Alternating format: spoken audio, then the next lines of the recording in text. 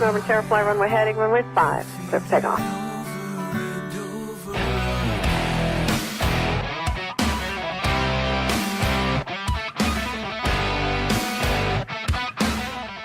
From Psychic Sundays to ET Contact and everything in between, this is Spaced Out Sunday's Cosmic Passport with host Elizabeth Anglin.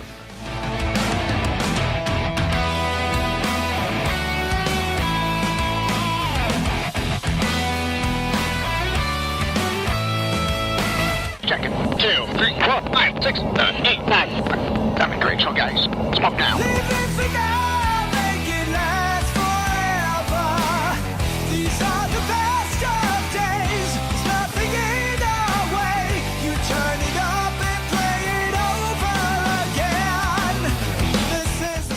You can connect with Elizabeth on Skype at 505-908-9558 and Spirit for Peace. Follow Liz on Twitter at Elizabeth Anglin and hashtag SpacedOutRadio. And you can connect with us on the web at spacedoutradio.com. I feel the need for speed. You feel it over and over again. We take you higher and higher and higher. You feel it over and over again. Chills, real now. Smoke off now. This is the love we live again. Chills, ready, Contact.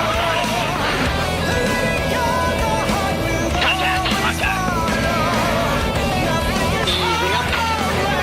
Chills, real now.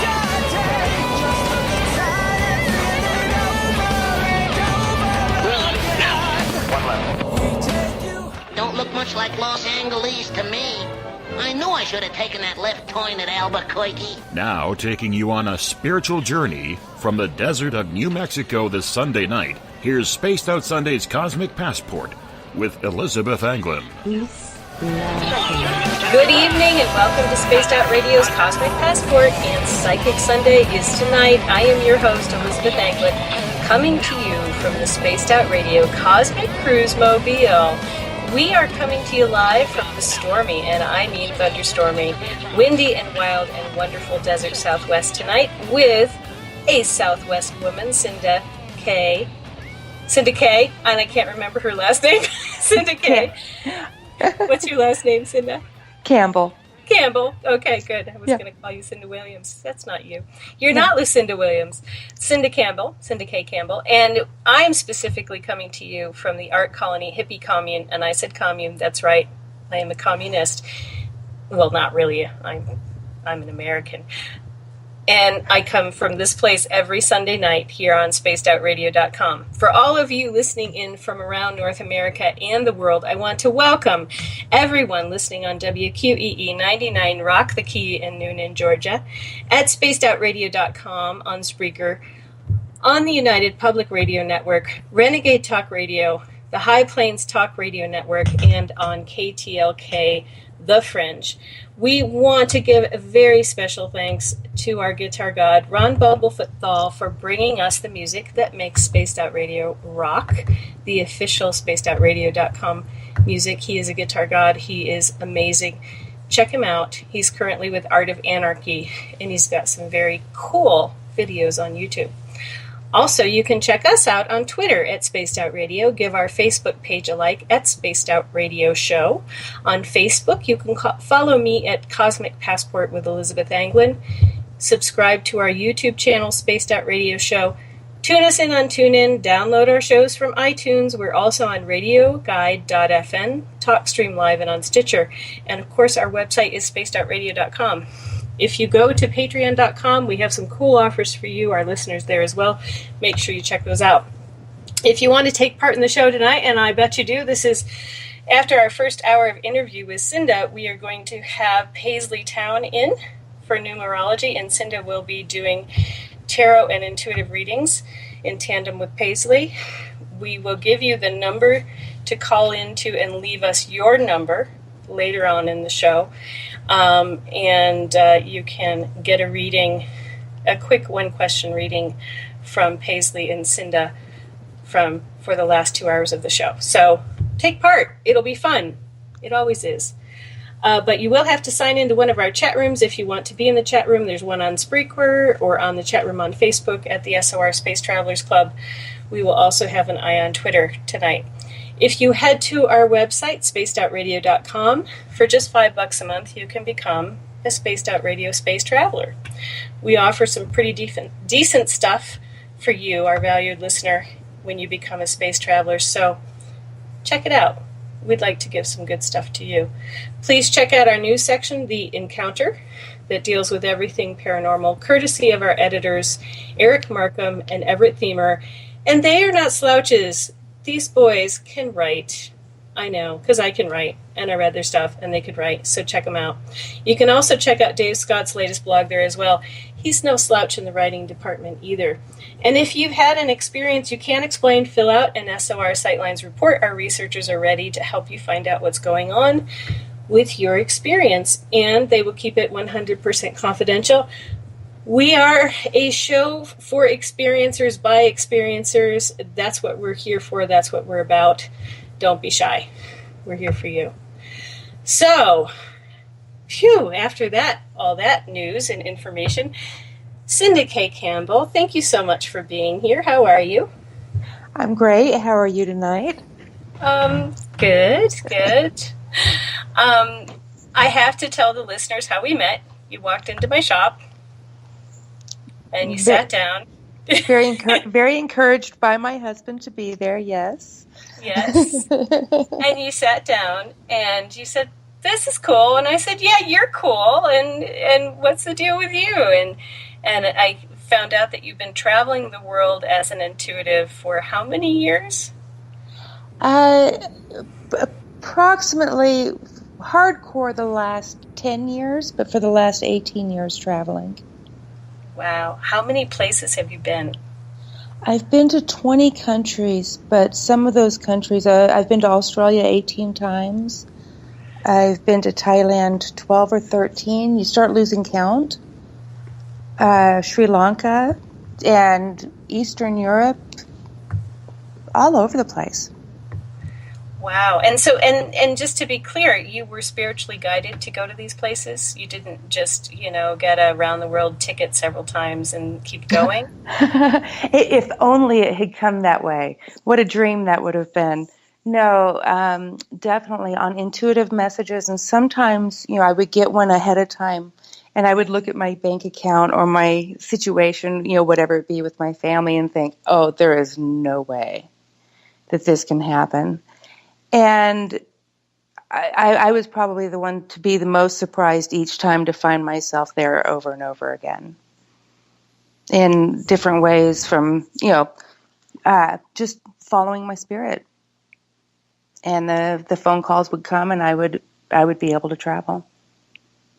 So when you say the phone calls would come, was that somebody saying you have won, this prize, or is it could you come here and work, or how did that? No, at the time I was involved in an international organization, but it hasn't always. Also, it was through them, but not just through them. But it was nice because I did get to meet a lot of people from all over the world through this organization. And there were times that I would literally get a phone call saying that they had a dream that I would be there. And I was. But also a lot of it had to do with people have an understanding for what I do. That it started at a young age. I walked into Native American ruin here in New Mexico when I was 23, 24 years old. And I saw some things happen there, a massacre and things happen, and I could feel the energies and what happened. And my path allowed me to find ways to help them and go back and help in these situations. And so some of the times that the doors would open, a few times it was people that actually knew what I do and would ask me to come and help in their local areas. So I visited the oldest Buddhist temple in Vietnam, and then followed it up with going to the killing fields of Cambodia, for instance. Wow. And so when you're saying what you do, you're talking about spiritual clearing work, energetic clearing work? Energetic clearing work, or I don't know if it is a clearing, but I see it as so much more than that, because a lot of the places that I've visited, either higher beings, ascended masters, there's been different circumstances in different locations, have decided to go, the energy comes with me. So it's more of a combination, combining frequencies. And when that happens, everything goes back to where it needs to be. Nothing is stuck anymore. It is a clearing, but it's also more of an evolution and a graduation as well. Would you say it's like you're hitting a reset button on the energy of a place, but maybe not to what it was before a conflict?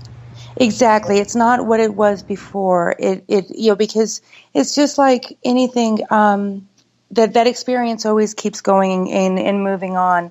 But it keeps things from, in a tragic situation like that, unfortunately, it's almost like drowning and not knowing which way the bubbles are to which way to go up. So it's more of just putting the bubbles there so they know where to go. Oh, wow. And so we're talking about some heavy duty stuff. The killing fields of Cambodia is some intense, yes. Yeah. How many people? Was it 1 million? It was at least 1 million. And I honestly don't know the numbers. I'm kind of bad about not finding out always the historical, because of it interfering with, I get so much naturally. Right. And, whenever I pulled up to the killing fields, I couldn't walk at first because the energy was just so thick. It felt like a very, very thick soup. And I had been prior to that to Auschwitz. And I assumed before getting to Auschwitz that it would feel like it did like the killing fields, but it was nothing like that. The Jewish people had some spiritual knowledge and knew they were going to die before they died. And in so doing, the energy that was stuck there was much different. It was much more of the Germans, for instance, because they had spiritual knowledge and they weren't left there. Right. They immediately went on, or they went. Yeah. And they weren't as shocked. They knew it was coming, so they were prepared, and they had. Yeah. So it was just a different situation. But I was in a temple in Bali, and the Dutch colonizers, when they took over Bali, they took all the Aboriginals into their own temple and massacred them on the island. And, cleared the space for them to be there, whatever. But all of that gets left there in a situation like that. Wow. Have you ever gone to some place like Sumba, which is right next door to Bali, or did you just go to Bali? I was only in Bali. I did not go to Sumba. I want to go to Jakarta. There's a few. I've also, another thing that I do, it's not just been for places like that. I've also been to several sites. I've been to Koh Lak in Thailand twice, and Phuket, excuse me, and they were heavily hit in the tsunami. I was also on the Sri Lankan coast. The same tsunami, the Boxing Day tsunami of 2004 hit, and done work in those areas too. And so Jakarta is a place that I've wanted to go because they've been through so much there in that area. Yeah. So how was the energy after the tsunami? Because that was a shock. That was a big shock to people were not prepared at all. Again, in some ways it was heavier whenever I got to Koh Lak than what it was whenever I got to the Cambodian killing fields.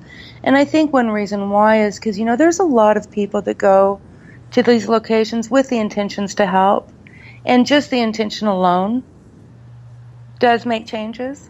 And so there's been a lot of people that have visited, and gone to the killing fields when they haven't necessarily thought about going to the beaches for that purpose.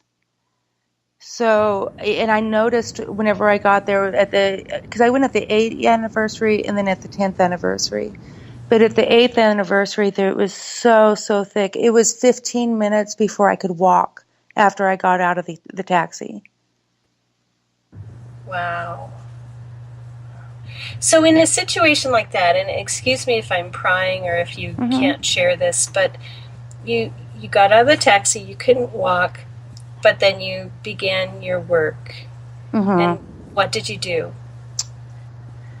Well, it's definitely energetic in nature. I feel them literally knocking. It's all over my legs, my toes, just waist down. Generally, in a situation like that, especially.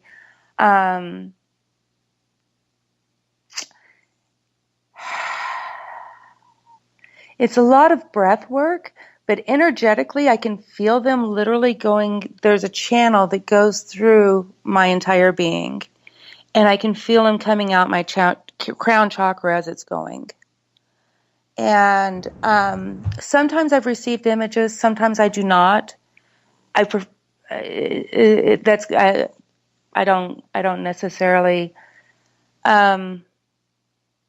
In Colac, I remember I did get a lot of images and a lot of understandings as things changed. It is. It's hard to describe.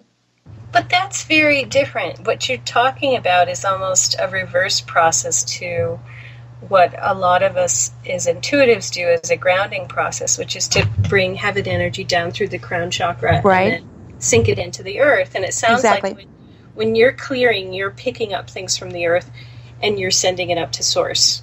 Yes. It's definitely much more from that direction. Oh, and how did you learn to do this? It's strange, actually. It was taught through one of the things that I've learned at Gran Quivira, because my trips to Gran Quivira started whenever I was 23, but they've continued on. And I would say there's 6 to 7 of them that have been little life changers for me. But what I've learned in a lot of these locations, almost everywhere, is that there's different layers. And so after the clearing of the first layer, then you can get to the next layer. But in Gran Quivira, there's also some extremely high beings in Starseed in that area. And they're not just in that area, they're all over the world. But they're definitely a hotbed here in New Mexico and a lot of our locations. The natives didn't come here and make the land wise. It's more that the land was wise and the natives came here to learn. Well, that's interesting, because if you read it's a famous book and I can't remember it, but it's about the Hopi. And how the Indians actually spiraled around to get the Hopi as part of this, spiraled around. They were migrating, and they migrated down into South America, and they migrated back up, and the Mayans went and migrated to the east, and then they migrated back around, and it was in the spiral pattern that they ended up migrating to the Four Corners area, because that was where their home was supposed to be, but they weren't ready for it yet, so they had to migrate all around the American hemispheres, and that's part of their lineage, is that First Mesa, they didn't get to go until they were ready, and they weren't ready until they had walked around a lot. Thank you for that story. That was beautiful. Because so much of this I've been doing literally, in one way blind, because it's only going on this intuitive, whenever I go to the places like Gran Quivira, receiving knowledges that I don't necessarily fully understand where they come from, but I understand that it's a very high frequency, and I'm very appreciative for everything that I've learned. And I visited Serbia, and I went to Nikola Tesla's museum, and his ashes are there, and some of his inventions, and it's pretty an awesome place. But I realized that there was a little bit of a sync up and I was getting some information for probably about 2 years after I went there. And that's what I've realized in these places, that with these different layers, there's a lot to be learned in the energetic and spiritual world. And so it's actually been from the higher beings and guardians from these areas that I've learned to do a lot of what I do. Very, very interesting. So have you ever seen a map of the planet with the ley lines on it and where the ley lines meet? Or have you even considered that? I have considered that. Unfortunately, I've never completely gone in and studied it. I always have intention to do so and then get sidetracked. I was in Rome at one point, and right after that I got home, and Angels and Demons, I think. It was the second one of the, I'm sorry. Dan Brown. Yes, Dan Brown. Thank you. Sorry.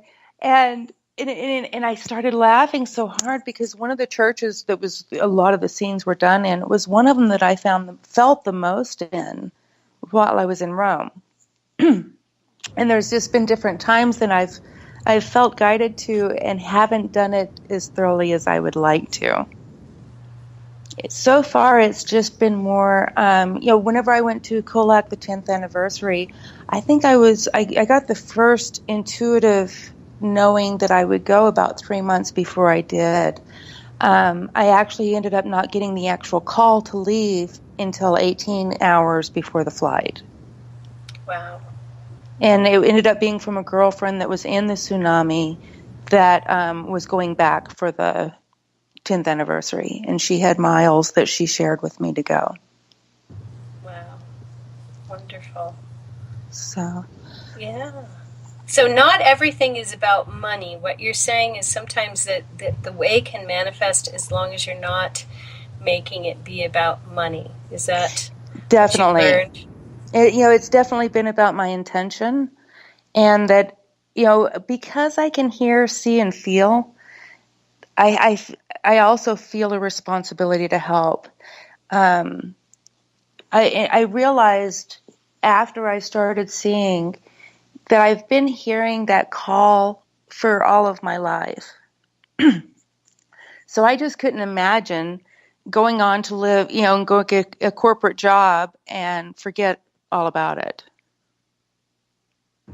Right. You'd rather follow your spiritual guidance than have to follow what some corporation tells you to do. Any day. I worked a short time for Wild Oats as they were bought out by Whole Foods, and it didn't take long for me to go, no. It's hard to give up my freedom, especially, like I said, sometimes that the means or whenever I've left. I went to Lourdes, France, and I knew 3 years prior to it that I would be going to Lourdes, France. In fact, I argued with that message in my head for probably 2.5 years prior to going, because I didn't believe it. Well, tell us about that, because I am, and I'm sure there are other people here who have heard about Lourdes and who they know about the healing properties, but here in New Mexico we have our own. We have Santuario de Chimayo. Exactly. And I have never not gotten the miracle I asked for at Chimayo. Oh, I'm getting chills. And that you bring up Chimayo of all places. Oh.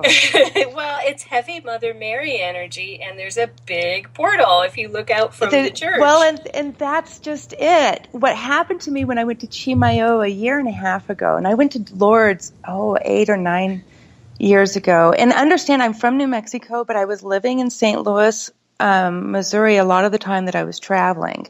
And I've just now come back to the state. But 1.5 years ago, we visited and just barely came back, and we went to Chimayo, my husband and I, for the day. And I couldn't get it. We were going to Reno, but I couldn't get Chimayo out of my head. So we had to go. And as soon as I walked up to the church, it sounds so funny, but it was like this Power Ranger moment. and I see the rings unite, and it was Lourdes, France, or it was actually just southern France, Chimayo, and a location in India. And I felt like the three of them come together with their rings of uniting. It was, I know it sounds cheesy as can be, but in that moment I knew that they were portals that connected. Absolutely, absolutely. When I was back in Boston, I was getting all sorts of information, and people were reading for me, and they were like, "Oh, you have to go to Lourdes. You have to go to Lourdes. You have to, you have to experience the Mother Mary energy there." And of course, I didn't. Then I went to Chimayo, and it was like, "Yeah, this will do. This works. It's okay." But a lot more people know Lourdes, so they're interested in that. Why did you go, and what did you do there, and what happened? Well, I went because I had a spiritual message to go. And I didn't believe it, and I didn't believe it. At one point, I had actually gone to get my wisdom teeth pulled. And this an organization that I was involved with for a while, I get a call that they were in Torino, Italy, headed for Paris, but leaving for Lourdes. And I'm like, oh, holy cow, I just had my teeth pulled. And I'd been told for 3 years that I would be going. And I didn't believe it. We'd spent our last dime to get my teeth pulled because they were in horrible shape. And so I just couldn't, I don't know, I just felt almost defeated. And I'd only gotten 2 of them pulled. And I told my husband, there's no way I'm going to get the second one pulled, or the second side pulled. And he said, well, I'm going to drag you if I have to, but you're not going to Europe with an abscess. So we get it pulled the next day, and I get home, and he checks the mail, and we have our income tax check. It was a $3,500 check. And he comes in, and he throws it on my lap and says, well, I guess you're going to Lourdes. And love that guy. Oh, yeah. He has been a huge, that I see things on the other side and I run all over the world and have to go help them. There's not a lot of men that could put up with that for very long, I don't think. Yeah, and I met him and he just seems like, yay, go! And it's like, yeah, sometimes to the point it scares me. But, it's definitely been his encouragement and kicking me out the door that has helped me to sometimes have the huevos to walk out the door. But, it was such an interesting because I booked the ticket, and the first flight is late. And then the second flight is late. And then I get to Paris, and I'm going to take the train from Paris to France. I tried to get on with my friends and ride on their flight from Paris to Lourdes, and it was completely booked. So I was like, well, I've always wanted to ride a train. That's okay. It's a 3-hour train ride. I can do that. And so I book it all, and I get there late, and I miss my train by 1 minute. And I just start bawling. I'm in tears. I'm tired. I'm scared. I'm overwhelmed. I don't know what to do. And anyway, we'll come to find out it was $18 to change my ticket, and I could take the next train an hour later. It was no big deal. And I go to get my train, and my group of friends is standing there. And they had changed their travel plans not 2 hours before and could not believe that I had found them because nobody knew that they were going to be there. So I thought it was quite interesting that I had been delayed to just the right time to be able to meet up. But when we got to Lourdes, it was absolutely breathtaking. That just the energetic properties of having 20,000 people. So I would say there's probably 10,000 people that need help and 10,000 caretakers to help them. There's approximately 20,000 people there a day seeking healing. And so they have a very beautiful mass, and then at night with the wheelchairs, they all have a big candle brigade with 20,000 people through the town of Lourdes. And it's just breathtaking, amazing. Is it every night? Every night. As far as I know, as I'm aware, because it happened every night that I was there. Wow. And, which I don't, I've only been there the one time. I think I was there 4 nights, something like that, because I went straight from there and went to Auschwitz. But anyway, so the first day we were there, we went through what they call the grotto, the cave, and you can tell that there's been a billion fingers run across the sides of the cave, that there's been a lot of people through there. And it's amazing just because of how many people and with all having the same intention. So, and you can feel that intention there. And you can feel that intention with the water. The second day, instead of going to the grotto, our group went hiking up a mountain. And so my girlfriends and I, 3 of us all together, we're just chit-chatting and got separated from everyone. And we were talking about different things like the Nag Hammadi, seeing things so differently than the Bible, and just talking about it and being theoretical and just being silly. And at one point we're talking and I feel a very strong, it's like a bolt of lightning, but a big ball of it enter through my head and go through my entire body. It was so moving that I reached out and grabbed a chain link fence that was nearby to keep myself from falling over. And as soon as I grabbed a hold of the fence, it hit again and then again. So it was a total of 3 just intense balls of energy that went through my entire being. And it shook my ground from top to bottom. And my girlfriends and I had to stand there for a minute until I was okay to move and breathe and walk again. And after I adjusted, we just kind of blew it off and we walked away. And about that time, here comes one of our friends from France running up the hill. Oh, we missed it, we missed it, we missed it. I was like, what are you talking about? And he goes, oh yeah, that grotto down there, that's not the real one. They just put that to keep the people. That grotto, that one up there, that's the real one. And I look up and this chain link fence is wrapped around the front entrance of a cave, and it's all grown over with weeds and trees and brush and whatnot.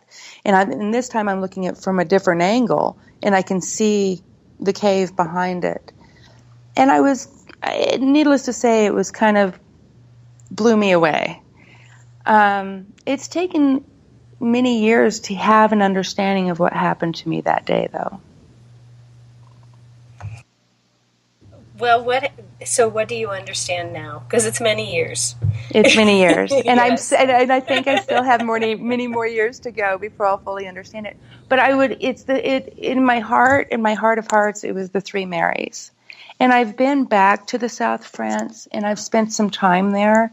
And I was in Chateau Lorraine, and I had a very, very energetic experience with Mary Magdalene in Chateau Lorraine. But it's the equivalent of the 3 Marys, but in that energetic property of it, it goes so far beyond the flesh that we've made it into in the stories and in the legends or whatnot. The energy is something that goes so far beyond my understanding, and that's what I think it may take me a lifetime to understand. Got it. Yes, it'll keep unfolding for a while. Now, Chateau Lorraine, can you explain to our listeners why that is associated with Mary Magdalene? There are legends, and I don't know all of them, but apparently some of it has to do with the founder of the church, it was one of the poor, not ministers, but pastors of the church.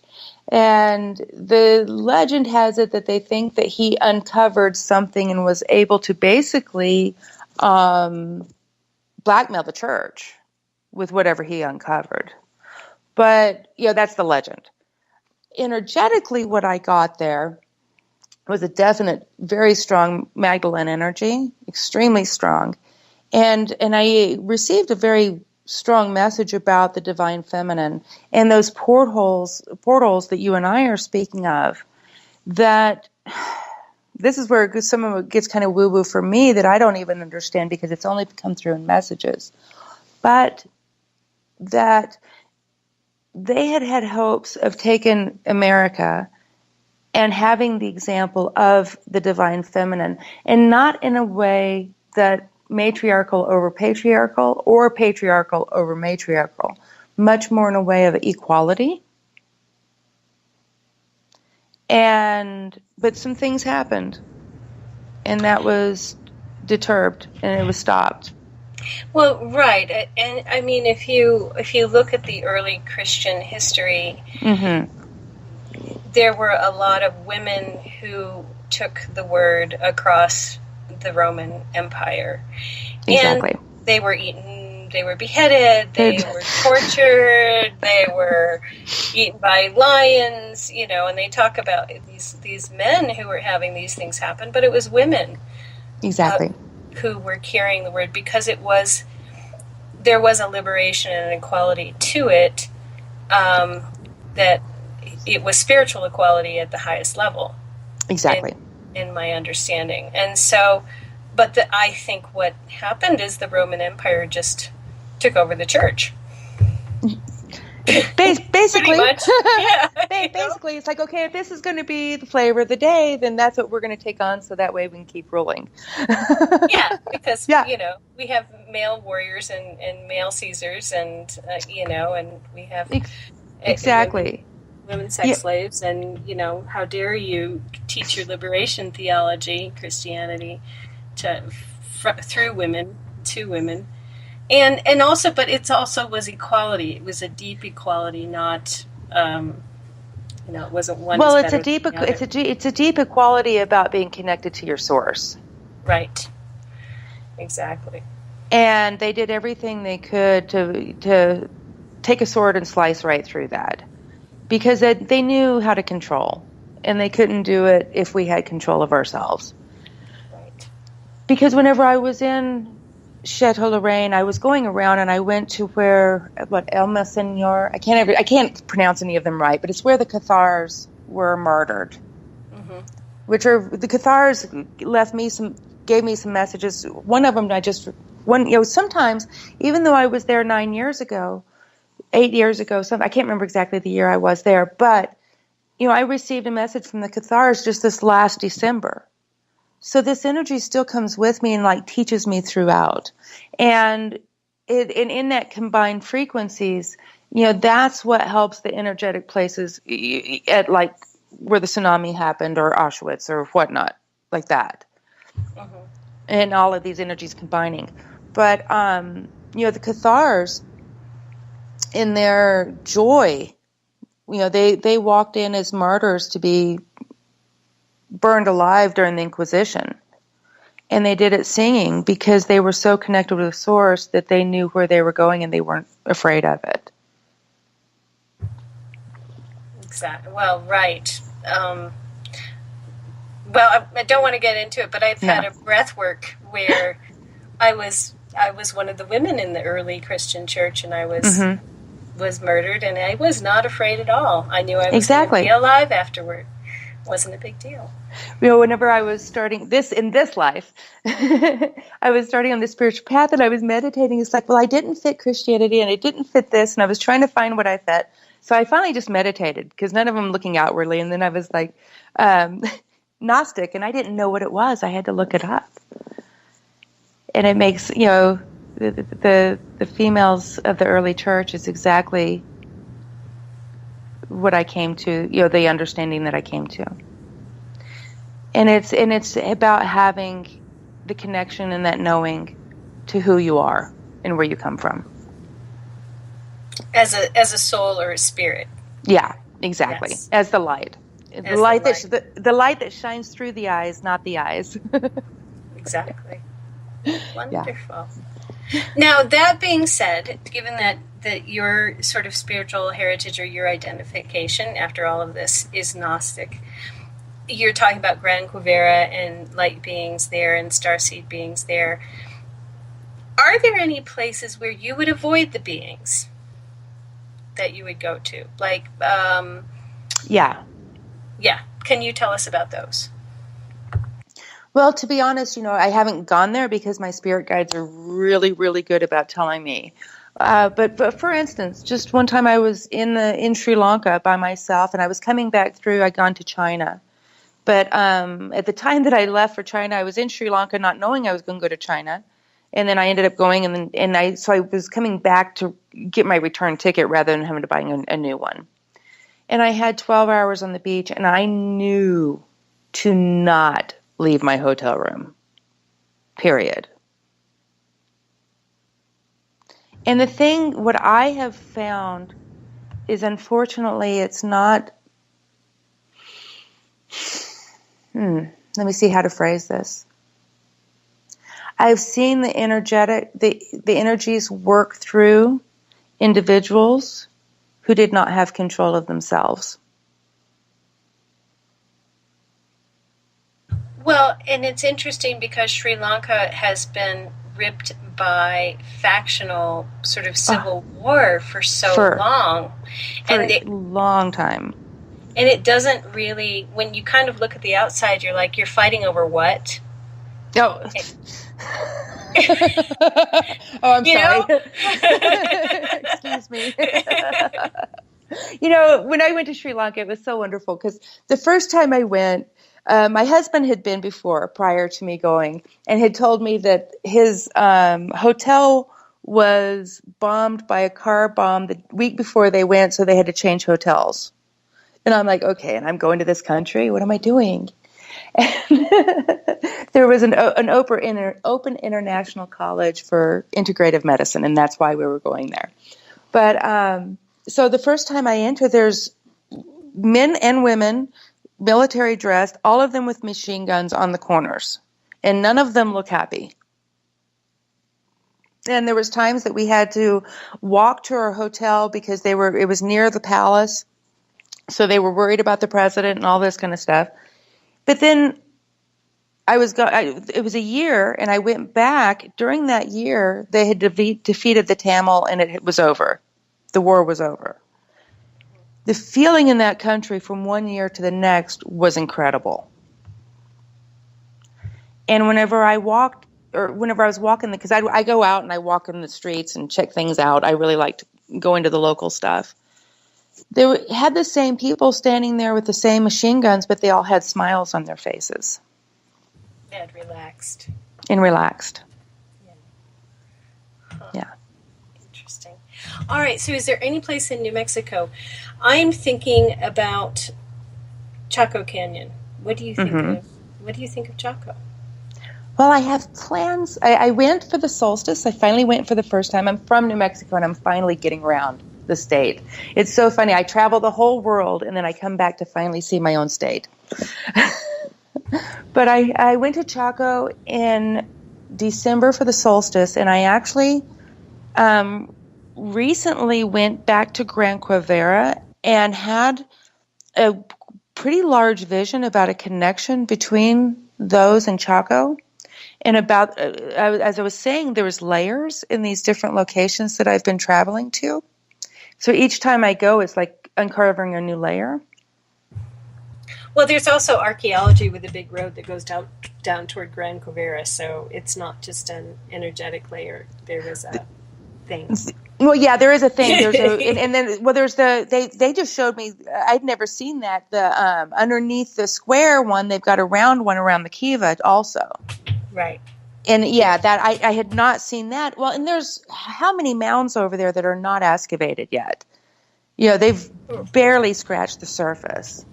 Right, and the boulevard goes that they can still see if you're on a flight going over the right area. There was a road. Oh, and it's a ceremonial. Yeah, it's a huge ceremonial road that goes off toward Gran Quivira, which they think it was only used when people wanted to go up to Chaco, or it was ritualistic, or it was symbolic of something.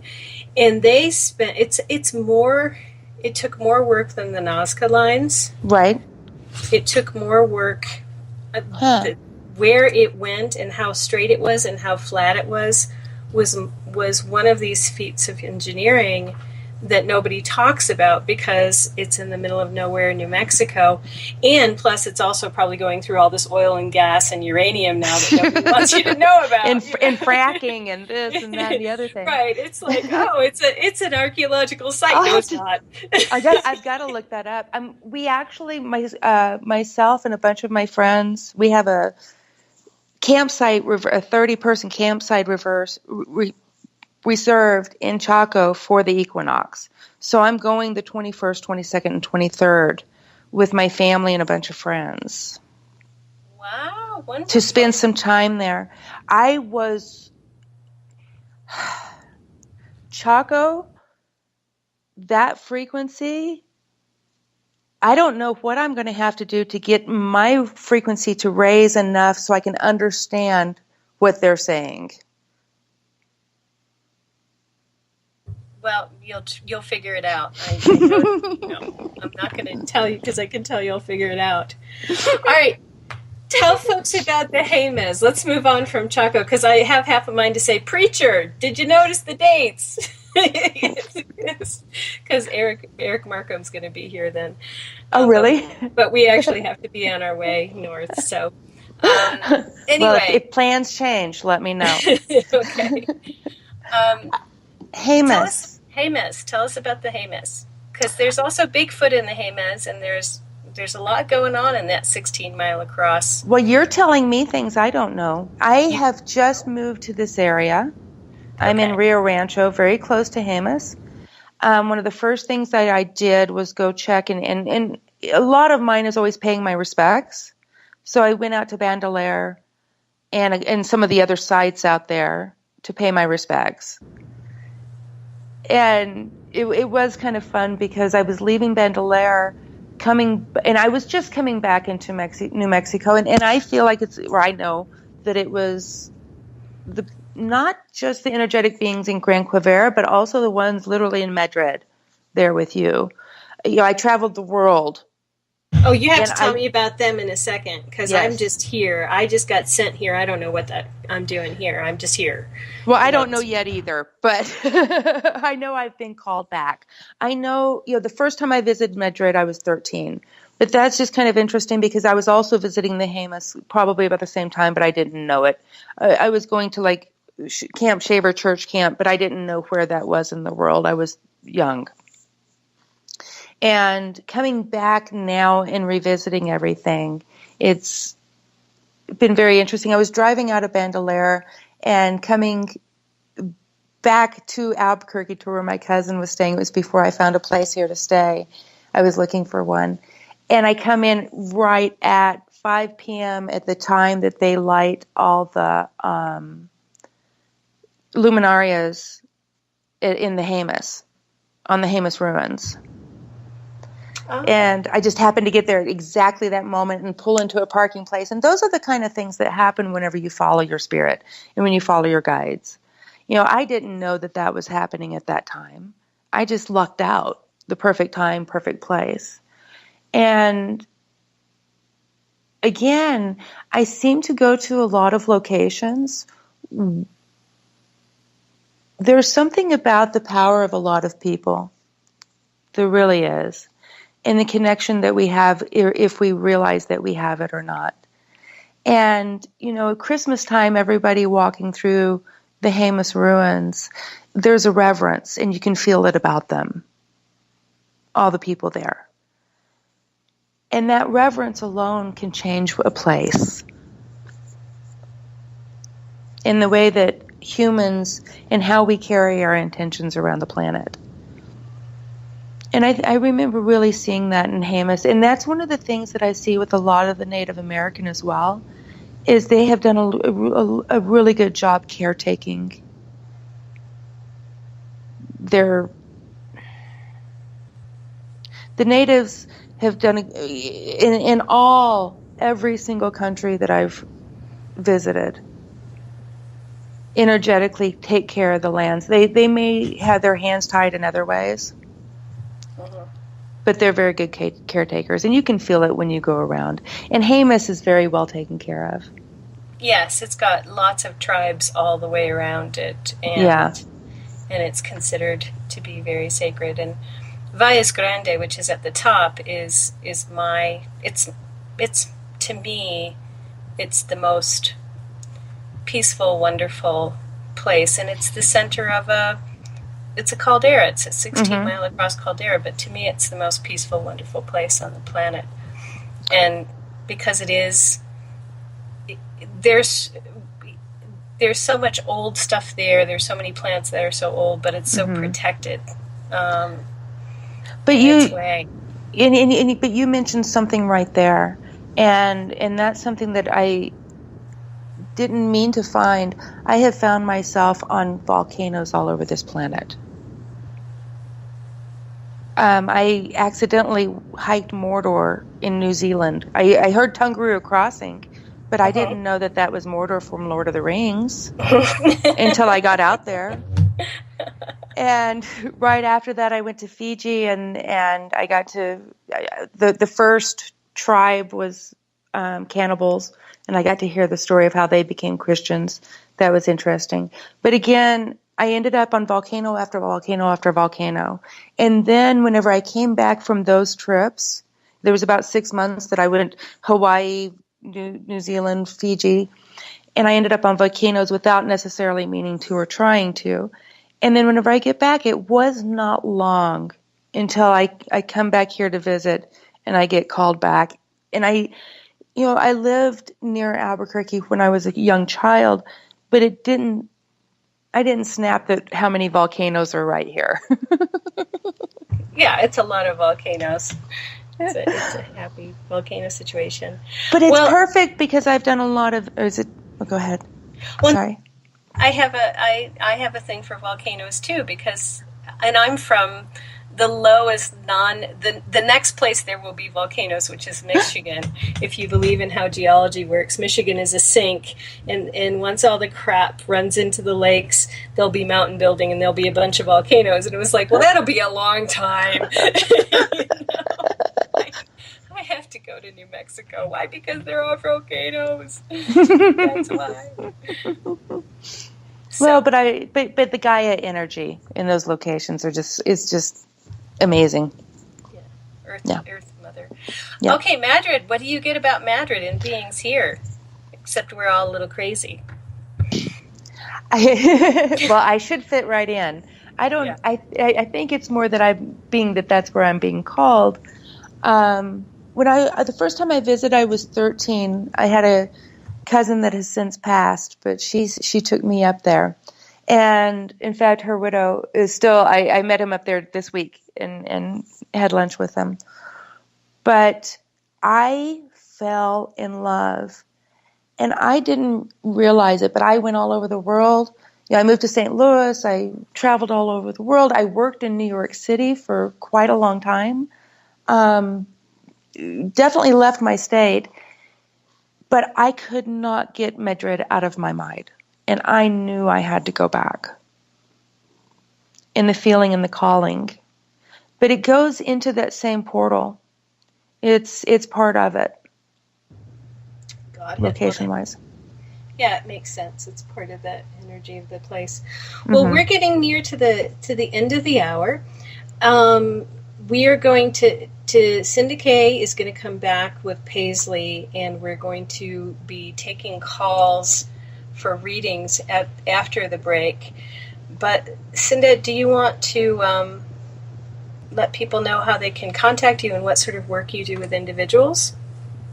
Before we okay, I'm just starting a business here in New Mexico because I've just moved, and I've been using the move for changing some of my directions. I'm currently doing readings, card readings, and tarot readings, intuitive readings, but I also do medium work, and I also do some teaching for people who know that they have some of this for themselves, but not sure how to access it and what to do with it. And so empaths, we actually may have some questions. If you're an empath, it would be okay. If you're intuitive and you're an empath, it'd be okay to ask those questions later on tonight. Would that be correct? Excellent. Yes, most definitely. Okay. I know what it's like to have this and not have a clue what to do with it, and that's no fun. So I like to share all I can. What's your website and how can people reach you? It's cindakcampbell.com. It's still being worked on, but my phone number and everything is in there. Let me make sure, double check. But CINDAKAY, Campbell, CAMPBELL. Excellent. All right, and Cinda will be back after the break with Paisley Town. We'll be taking calls. You're going to have to leave us your number. Call in, leave us your number. Don't keep calling. If we pick up and we get your number, then don't call us back. We will call you back. We're having some issues with Skype tonight. But don't worry, we'll get you in for a quick session with Cinda or Paisley or both after the break. Everybody, this is Cosmic Passport Psychic Sundays. Elizabeth Anglin. Thank you so much for being here. See you on the other side. 365 days a year, we're in the field, investigating UFO sightings, talking to alien abductees, and visiting secret military locations like Area 51. We're UFO Seekers, official partner of Spaced Out Radio. Follow our daily search for the truth at ufoseekers.com or like us on social media. Catch us on Spaced Out Radio every third Monday of the month as we discuss Area 51, UFOs, and more. And also, don't forget to subscribe to us on YouTube.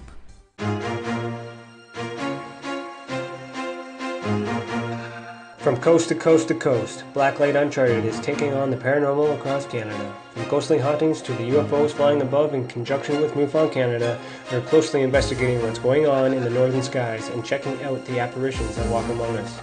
Check out our videos right here at spacedoutradio.com. We want to know your thoughts, we want to hear your experiences, and we want you to share your stories. The answers are out there, and we intend to find them. Would you like to become one of our space travelers? All you have to do is click on the Space Travelers icon at spacedoutradio.com. For only $5 a month, you can get access to some great prizes, as well as private monthly shows, newsletters, and a members-only section on our website. Become a space traveler today. It's paranormal news at its finest. Welcome to The Encounter. At spaceoutradio.com, The Encounter online is SOR's trusted news source for everything weird and strange going on around the world. This is news editor Eric Markham. Our team of journalists are scouring the planet for those strange stories that rarely make the mainstream. No fear-mongering or fake news here. Head over to spaceoutradio.com and encounter The Encounter. Want to learn more about aliens, cover-ups, conspiracies, cryptids, and the paranormal? All you have to do is tune in S4 as we take over the Spaced Out Radio Night, starting at midnight Pacific, 3 a.m. Eastern, each and every Saturday night, right after Spaced Out Saturdays. Hi there, this is Eric Cooper from Forest Moon Paranormal. Join me, Corey Ruiz, and friends as we discuss the hot topics of the night. It's fun, entertaining, and as dark as the night. Find us at spacedoutradio.com.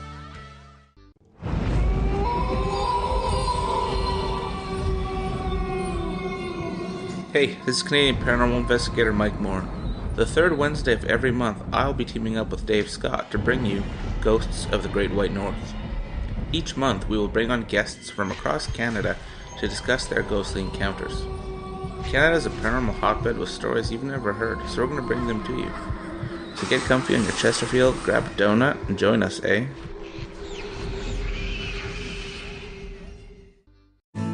Are you an experiencer? Have you had run-ins with strange creatures you can't explain? ETs, Dogman, Bigfoot, werewolves?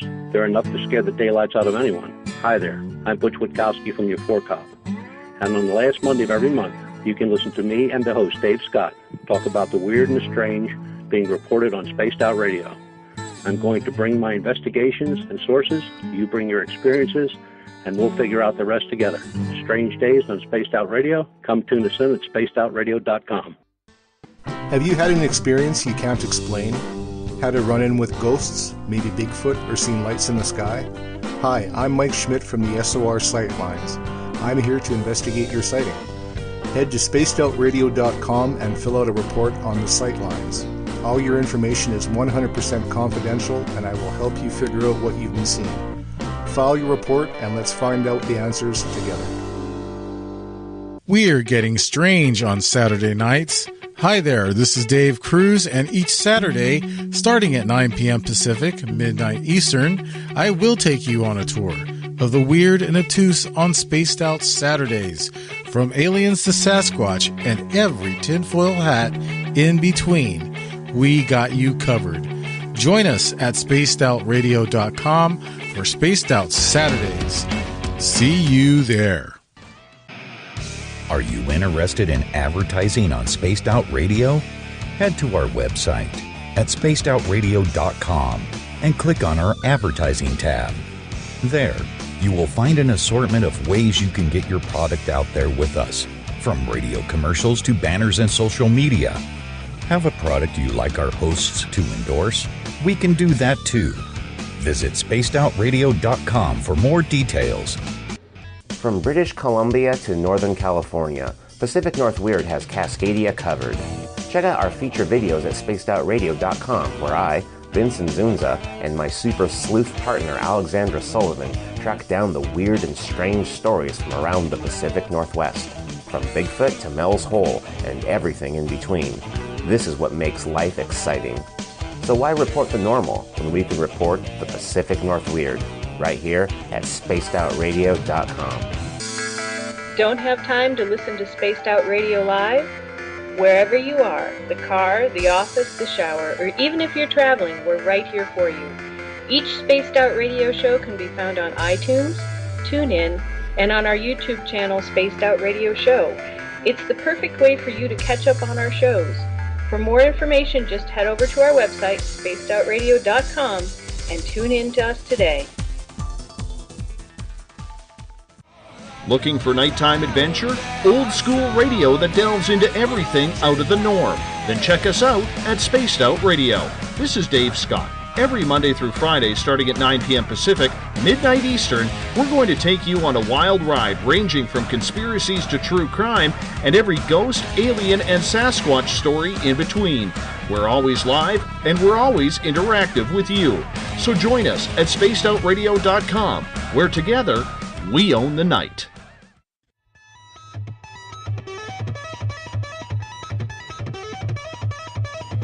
The views and opinions expressed by tonight's guests and topic of discussion do not necessarily represent the official policy or position of Spaced Out Radio, Spaced Out Weekend, Spaced Out Radio Limited, its hosts, syndicated carriers, or anyone associated with this broadcast. Would you like to connect with us? Head to spacedoutradio.com for all your latest show info. And hit us up on Twitter using the hashtag SpacedOutRadio. Now, back to Elizabeth Anglin and SOR. Good evening and welcome back to Spaced Out Radio's Cosmic Passport and Psychic Sunday. This is Psychic Sunday and I am your host Elizabeth Anglin, coming to you live with Paisley Town and Cindy K. Campbell from the Spaced Out Radio Cosmic Cruise Mobile. We are coming to you live from the stormy, windy and wild, wonderful desert Southwest, and we want to thank everyone who's listening tonight from around North America and the world, especially everyone at WQEE 99 Rock the Key in Noonan, Georgia, at spacedoutradio.com on Spreaker, on the United Public Radio Network, Renegade Talk Radio, and the High Plains Talk Radio Network, and on KTLK, The Fringe. Thank you for listening tonight. We are going to go directly into taking calls for psychic readings. We have our first caller on the line, waiting and ready for us right now. Are you guys ready, Cinda and Paisley? I'm ready. I'm ready. Ava, are you ready? I'm ready. Okay. Ava, go for it. There's just so many questions I have, so I'm just going to try and keep it to, I guess, something really general right now. I've got a lot of anxiety happening, which doesn't feel medical. It feels very spiritual, that something is happening. And I have had, over the last month, a very, very hard time reading it and kind of accessing what it might mean. And I was wondering if you had any input on what that might be for me. Cinda, would you like to speak to that? It looks like you've had a wake-up call. Okay. the world's turned upside down, time to see a new perspective. Yeah. Are you trying to hold on and keep things the way that they are now? I don't think I'm even to that point yet. I don't even know what it is, so I don't think I'm really hanging on to anything. I just want to know what it is first, and then I could sort through it. I typically am fairly open about changing things when they need to be changed, but I'm just extremely overwhelmed and very confused, and it can't sort of sort itself out. I don't know why not. Remember that there's been a lot of you're forgetting that there's been a lot of energy that's not just you, and everything right now is blown up real big for everybody. It's a big. The snow globe has been shook. If you find yourself in a different place with different friends, you might, every single thing may change in your life, one by one. But it's just about that you're turning over and looking from a different angle. You've seen it all one way, and it's time to see it another way. And in that, there's a lot of anxiety. And how do I approach that when I have days I can't breathe and I just want to cry and so on? How do I approach that? What's supposed to be going through my mind that will help heal that and make me feel like eventually this will pass and it'll all sort itself out? Whatever you're feeling, allow yourself to feel it. Yeah. Don't try to stop it. So it'll go through much quicker that way. And you don't even have to analyze it. What if some of it is things that you no longer have attachment to, but you've had emotional feeling on. But there's no attachment, so just let it go through. Okay.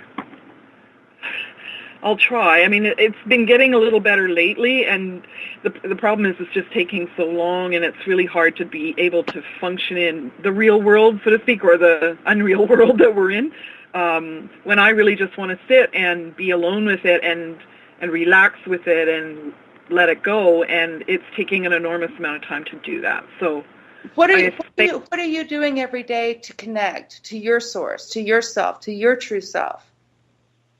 I pray. I read the Bible. I sometimes do meditations. Haven't done that as much lately, but there are some guided meditations I like to do that include chakra clearing, mostly. I've done readings on myself. What about Epsom salt bath? I haven't done that recently. No. A hot cup of tea. Your favorite dessert. That kind of self-care. I've been doing a lot of my favorite dessert, too much, but then put the dessert up and take the Epsom salt bath and the tea.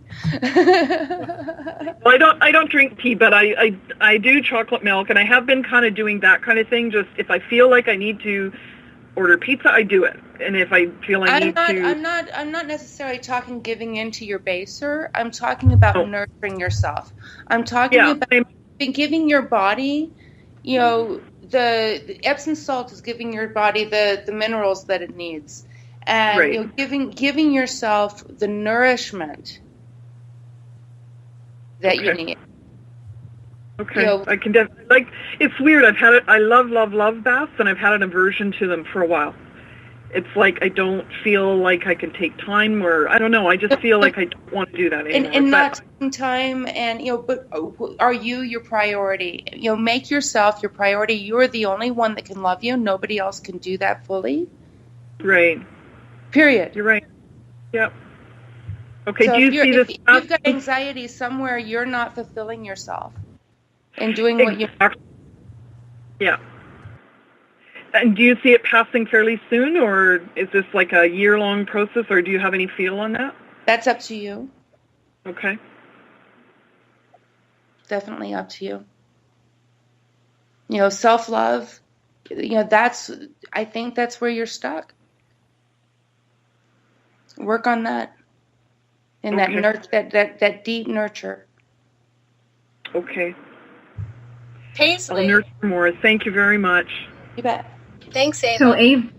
Ava, I just wanted to ask you if you wanted to provide me with your date of birth. I can give you a little bit of feedback as well. Sure. Is your first name AVA or EVA? AVA, but that's just the nickname. Do you need my legal name? Sure. Davida, Davida, like David with an A on the end. Perfect. And what is your date of birth? July 15, 1959. Okay. I need just a moment to do the numbers quickly here.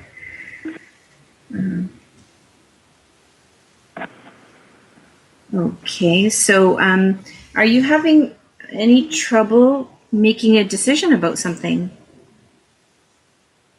Not that I know of. I mean, I kind of know the direction and the path I'm on, and it just came to a screeching halt for whatever reason.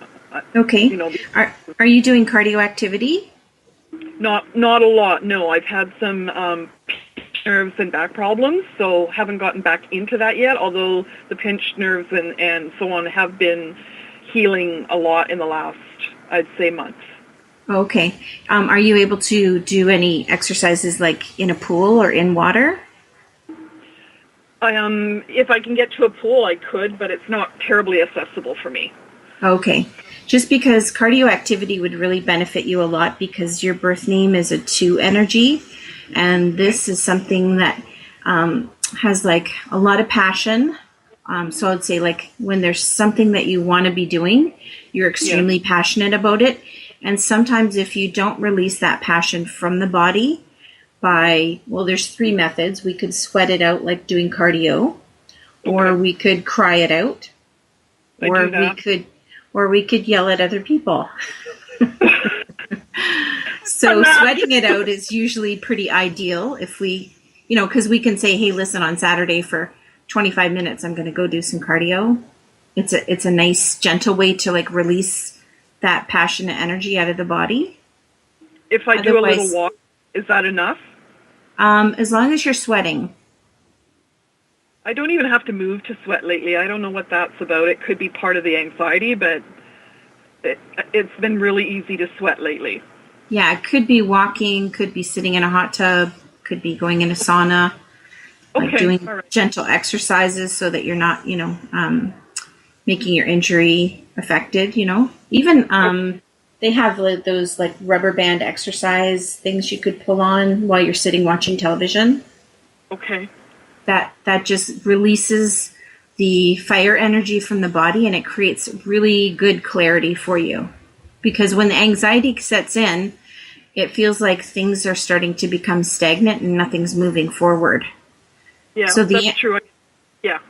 The answer to not movement is movement. Okay. Does that make sense? Yes, it does. Now, does that mean just the body or the brain? Because previously, when I've had not enough self-care or feeling stagnant, what I've been doing is ensuring that at least 1 hour a day I spend in design or building the projects that I have designed. And that has helped, but I haven't been able to do that lately. I've just, for some reason, an aversion on that as well. Everything just came to a screeching halt, and I didn't know why. Yeah, the lack of action needs action, and once you do the action, it'll clear space for you to do things with your mind. Okay, so balance those out then. Yes. Okay. Now, listen, you said my birth name. That's not my birth name. It was a legal name change. Is that going to change the meaning at all? It's on your paperwork, though, Davida. It is now. Yeah. Yeah, so if it's your legal name now, then that's the name that we would use. And if you go by Ava, how do you spell that? AVA? Yes. Okay, so Ava is a 2 and Davida is a 2.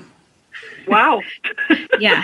So I'm a double 2. So I would say yes, like that's the name you would use. Even if a few people call you by your nickname, then yes, the 2 is going to be appropriate. Okay. Yeah, okay, I will work more on doing at least, some 20-minute walks and stuff. Oh my gosh, you'll notice a difference right away. Okay, I'm glad to hear that. Thank you very, very much. Thank you for calling. Thank you. Thanks, Elizabeth. Thank you, Ava. All right, so we have, just to keep it moving, we have a question from chat from Eric Markham. And his question is, I am dreaming about owls and finding crow feathers in my front yard on the path to my car. Any significance? I don't know that I'd be able to speak to that. This doesn't sound like a numerology question to me. So, no. To me, owls and birds, speak very strongly to spirit energy, wisdom energy, that kind of thing. I'm wondering if Cinda has some insight for us. But that's exactly what I was thinking. Is leaving signs like that and having it around. It's your spirit's calling. Are you listening? Are you paying attention to what's being presented to you? That the knock's there. Are you opening the door? Okay, you heard it, Eric. Now, I hate to say this, but I'm going to add something. Eric, I would say the next thing I would add is don't drag your feet. And that's all I'll say. Because I'm not supposed to be reading, but I know Eric, and every time he does something, it's like, oh, there it is. Right all over my face. Oh, Eric's question. Boom. Okay. Don't drag your feet is what I hear. And Wyatt has a question from the SOR Space Travelers Room. Same thing probably for Cinda. I have a quick need of some clarification. Do animal spirit guides come and go, or can a person have more than one animal spirit guide at a time? Cinda? I'm going to admit I have not worked much with animal spirit guides. I have seen signs and different things leading the way, but not a whole lot in the spirit guide work with the animals. Okay. Paisley? I don't have an answer for Wyatt this evening. I usually do, but unfortunately today I don't. I'm sorry. Wyatt, I'll answer that. Animal totems do come and go, and you can have more than one at a time. Animal totems will come in when you're working on different growth aspects, when you're learning about something new, when you're going through different changes yourself. You'll get an appropriate animal totem for those changes that gives you strength that you're looking for. So the answer is yes. They do come and go. You may have one main one, but you'll have others that sort of come into view as they're needed. So, and I'm sorry, Dave, I did do that, but he asked. So if you have a question, please call in to our 7 tonight, and we will call you back, or type your question in all caps. But the 702 number is 702-302-4556. We will have to call you back, so call in, leave the number with Dave. He will call you back and connect you here with Paisley and Cinda. I'm looking, and we're getting off on animal totems, and I can't really go into that because I'm hosting, but let's see if we have any questions from the Spreaker chat room. Nope. Here's a question for you. This is personal, not that you all need to. I'm going to go up to the Paracon on the 24th. Are you going to be there, Paisley? I am going to be there, yes. All right. But I'm not going up. I'm going down because for me it's south. Okay. Well, I'm in a carpool with Eric Markham, and I want to know what you get about our trip. And do you need numbers for that? I don't think I need numbers. I'm going to pull some cards for you. Cinda, do you have any response for Elizabeth? Definitely felt some joy and happiness there right away. Very interesting. Yeah, the same thing I was feeling. This new adventure, like definitely keep the playfulness about this trip. Okay, don't become too businesslike. Don't become too businesslike, because you're going to see. I think you're going to see a lot of synchronicities. Okay. And you're going to see some new doors open. Okay. Yeah, be definitely ready for something that's going to take your attention. Okay. Yeah. And on the way back, should we sort of just, drive around? I would definitely go and see where the spirit takes you. Okay, so leave it kind of open. Yes, definitely. No major plans. Because I think there may be an event and plans would change if you had them anyway. Okay, cool. So, Elizabeth, when you were asking the question, I got that the car ride with Eric was going to be really, really funny, and it was going to be really, really serious. And I thought, well, that's confusing, but that's what came up for me. And the cards that I chose for you are the Encounter. Oh, the Encounter, Eric. The Song of Truth. Okay. And the Ultimate Reality. Oh gosh. Well, we better not run off the road. So serious, does that mean that we need to watch out for on the road, or does that... No. Not serious like dangerous. Serious like conversation. Serious like, revealing truths and confiding in each other, and, like pretty you can get into a serious conversation with a scientist like Eric. Yes.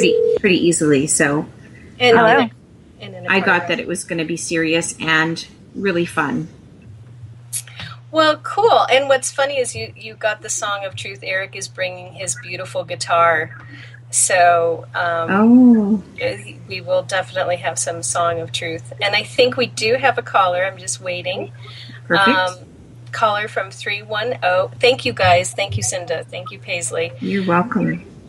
We have a caller at 310 area code. Caller, what's your name? Hi, my name is Anne. Hi, Anne. And what is your question for either Paisley or Cinda to start? My question is that does everybody have a specific purpose in life, and how do you identify that? Like, how can you get connected to it? I can speak to that first if you like. So, Anne, can you tell me how you spell your first name? A-N-N-E or A-N-N or? It's A-N-N. It's actually my middle name. Okay. And when is your birthday? It's January 5th. Okay. I can tell you without even if you don't give me the year, I can tell you for sure that your purpose here is to teach and communicate with others in a very soft, clear manner. And that part of your life lessons are speaking your truth so that all your needs will be met, so that you'll be heard by other people, because you're a survivor of things. Does that resonate for you? It very much does. It very much does. I know that, and I'm wondering, like, in what realm. I don't know if that. I would say it would have to do with justice, balance, security, safety, teaching, leading, supervising, administration, languages, public speaking. Yeah. Okay. But you have a strong pull to justice and balancing the truth. Yeah. Okay, great.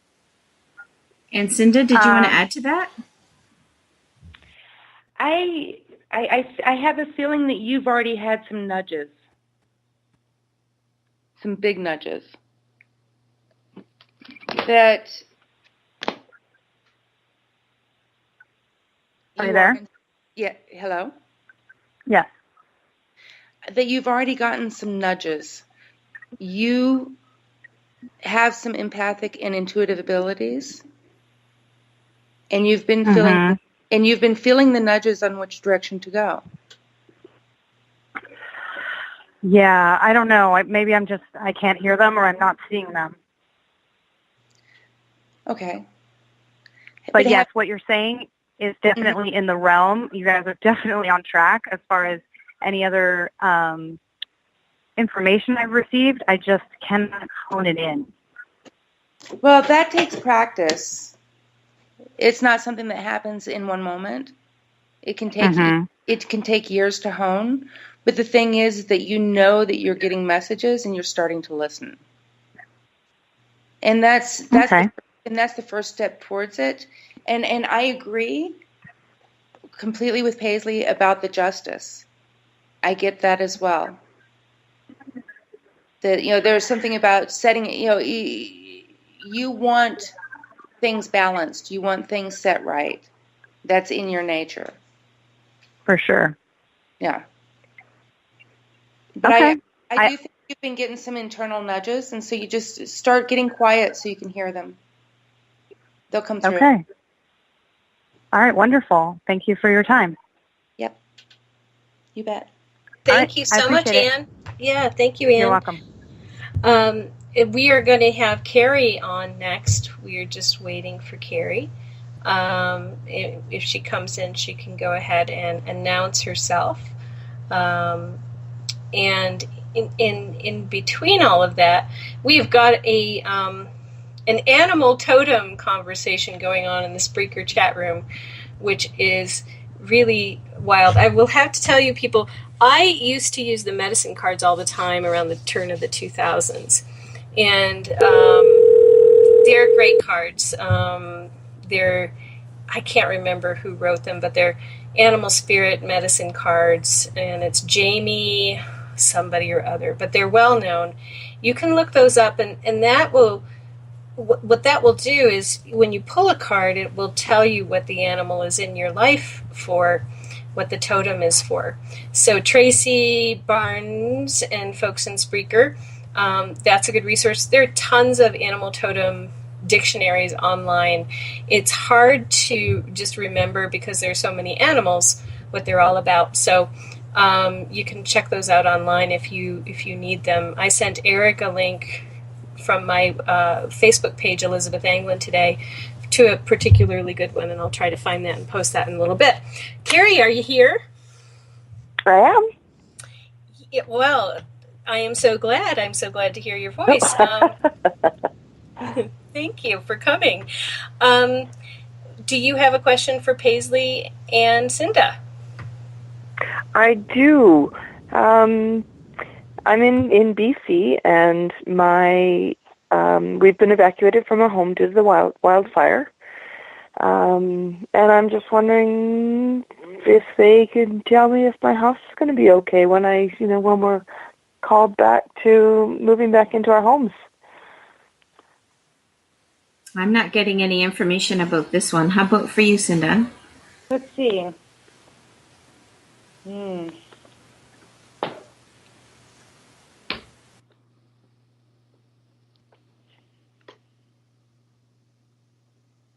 I don't even think that the wind is finished deciding yet. Okay. I think that's one reason that you're not getting anything. Would this be like the snow globe is affecting the fire? 100%. And whenever she first said it, I had that thought of having to, not wanting to jump out of the building, but having to. That even if you don't want to move, even if you don't want to change, you're going to be made to do so. And the feeling of that. And what Liz was referring to, we talked about it this morning, and it's been in a larger global more, that we're all been put into a snow globe, and everything's been shook. We're sitting between two eclipses, and all kinds of, in a Mercury retrograde, and this and that, and one not and the other thing. But more importantly, we've all come to a level of evolution, and in so doing, all of the sediment in the bottom of our snow globes got shaken up, and it's all up in the air right now. Okay. But the energy can affect other things besides people, correct? So it could affect the earth, waves, the air, like... It's universal. Okay. Most definitely. So Hurricane Harvey, etc., the fires, etc. And Dave says I can jump in. So I'm going to look at it, if you guys don't mind, Paisley and Cinda. I'm going to... Please do. Connection. Hold on. No, go right ahead. I'll see if it's any different. There is Cinda was talking about the wind hasn't decided yet, and what I see is a spiral pattern.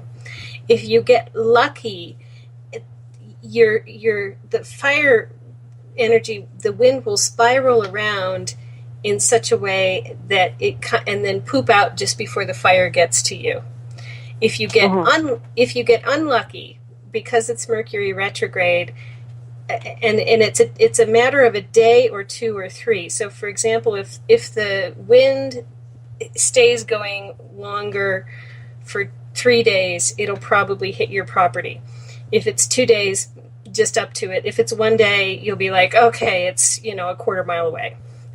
And but it's almost. And what's interesting is about this spiral pattern is if you looked at it from the air when all is said and done, you would be looking down at the little tail end of the spiral pointing right at your house. So, so, and this fire pattern all around it. So what I want to say to you is that you want to pray to the Divine Mother or whoever you have, whoever is in your corner, that the wind calms down the first day instead of the third day. Okay. Right. And so it's hard to read because the wind is not blowing in any particular direction. It's blowing in a spiral around you. So good luck. And everybody send her property healing energy. If anybody knows how to put a bubble on a property, let's put a bubble on her property. I just have one more quick thing to add, if you don't mind, Elizabeth, too. No. So, Carrie, you're usually a person that's very hope-filled. Mm-hmm. And right now you're sitting in like a shadow period, like a place of doubt. Yes. And that's not going to do you any favors. Like, I didn't answer the question because I had bad news. I just didn't see any good news right at this minute. So I thought, how am I going to answer this? So just go back to being who you are because you're a very hope-filled person. Like, stay with that. You're a faith-filled person, and you're very positive yourself. So stay with what you know. Tell your angels thank you for stopping the wind, basically. Perfect. Yes, that's beautiful. Thank you, guys. Thank you, Spirit, for stopping the wind, stopping the fire. Dave says you wanted to ask about a career change. Is that true? Do you feel comfortable doing that? Yeah, I've been thinking about making a career change for a number of years now, and just haven't been able to, pin it down and make that choice. I mean, I've been at my career for 23 years, and it is time for a change. I just don't know exactly, where I'm headed, what I'm doing, or even what to do. So it's quite, I'm not quite sure what to do. So, Carrie, are you able to provide me with your birthday? Like, I'm a numerologist, so I can give you information based on your name and your birthday. Is Carrie your birth name? It is. Okay, and is it Kerri? It is. Okay, and what's your date of birth? It is July 30th, 1972. Okay, and are you being of service to other people right now in the work that you do? Yeah. Why did you hesitate? Well, you should be doing some kind of administrative work where you're either teaching or managing or structuring or organizing things to take something that's a little bit chaotic or busy or confusing and make it more clear for people in order to provide some kind of a healing or comfort to others. Okay. Is that what you're doing now? No, I'm a. Do you want to know what I do? Sure. Okay, I'm a graphic designer for a newspaper. Okay. So and are you finding it too boring? Like, not challenging enough? No. What the issue is that the constant deadlines are now. I mean, we've always had deadlines for the newspaper and the press, and what's happening is that over the past couple of years, the deadlines are being pushed, and we're being pushed to do more work, harder, longer hours, taking on more, and it's just becoming too much, too stressful, it is a very high stress job. You can handle high stress, Yeah, but the problem is that you like to have fun, and you're good Yes. with people. Like, you work well on your own, but you also work very well socially and teamwork-wise and in a fun environment. So deadlines and pressure and pressure and pressure is not going to serve you. Like, that's not what I mean by challenging, you know. I can see you doing something that's a lot more fun. Mm-hmm. Well, I'd like to do something a little more fun. Yeah. You might stay in the same, I don't want to say industry that you're in, but you might stay doing the same kind of work that you're doing, but in a more fun social environment. Okay. So more marketing, more social. Okay. Yeah. Yeah, we live in a very rural place, so it's hard to make a career change when there's limited opportunities. So not when there's the internet. Yeah. True. The world is at your fingertips right there in any remote community. If you have a internet connection, you're in. Okay. Yeah, you could work from home. You could fly into your office on a jet plane once in a while and hang out with the other. You know what I mean? Like, there's lots of opportunity there. Yeah, for sure. Yeah, for sure. And Cinda, would you like to add anything? If I could, because I'm in complete agreement with what you were just saying, but one of the things that I felt very strongly right off is that regardless, things are going to change one way or another. And and about your career, you've known it and you're feeling it, and you know that you feel out of place. It doesn't even feel like your place anymore. Mm-hmm. And you know, there is more on the other side. You just don't realize it yet. You're feeling it for a reason. You're being prompted for a reason, and I think you're going to see change on a lot of different levels, work included. But be open to it. Go ahead and be open to it, and don't. I know it's scary, a scary thought to change, but it's something that you want it. Yeah, it's an answer to what you want. All right. Okay. Thank so you. When you just one more say, thing. Oh yeah. So no, and stay positive and thank your angels for a successful, easy, stable change. Does that make sense? Again, stay positive and thank in advance, because you're so worried right now. You've set up a push me pull you energetically, and you want to cut that. So allow. Mm-hmm. Okay. Now, when you say many changes, you're not talking just career. You're talking more than that, right? Yeah, definitely more than that. From what I saw and what I felt, but like I said, you can relax, because even though it feels like everything's being picked up and changed around at one, but it's realigning it. You've been finding more copacetic, that wanting that alignment to yourself and to your soul.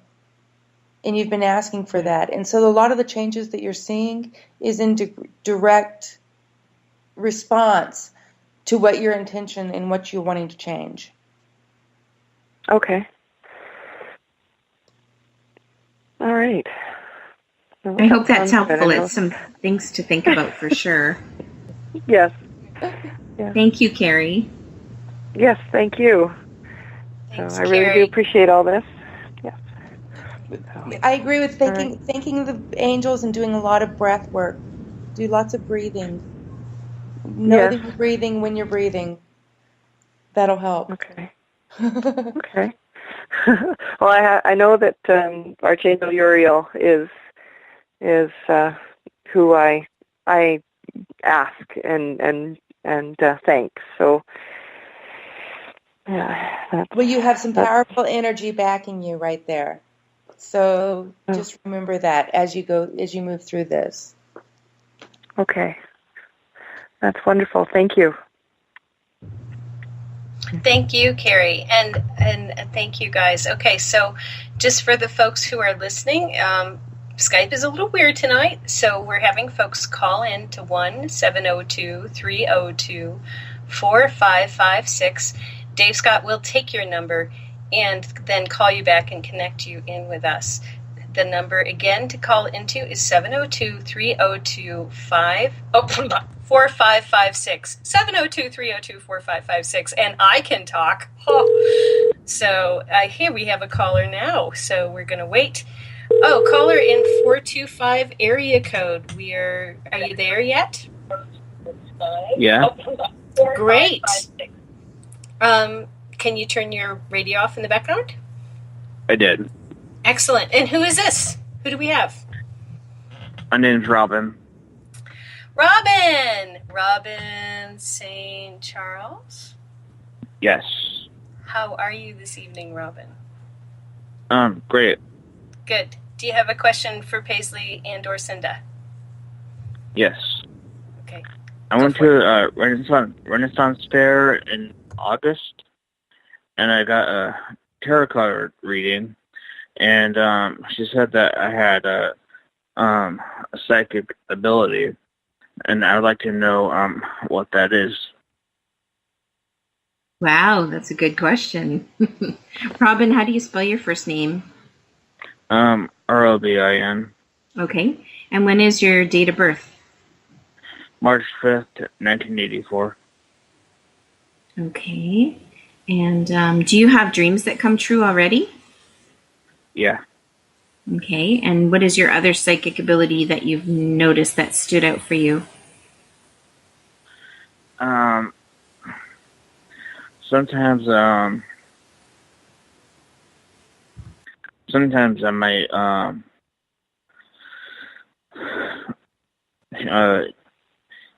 hear things. Sometimes I might end up seeing things.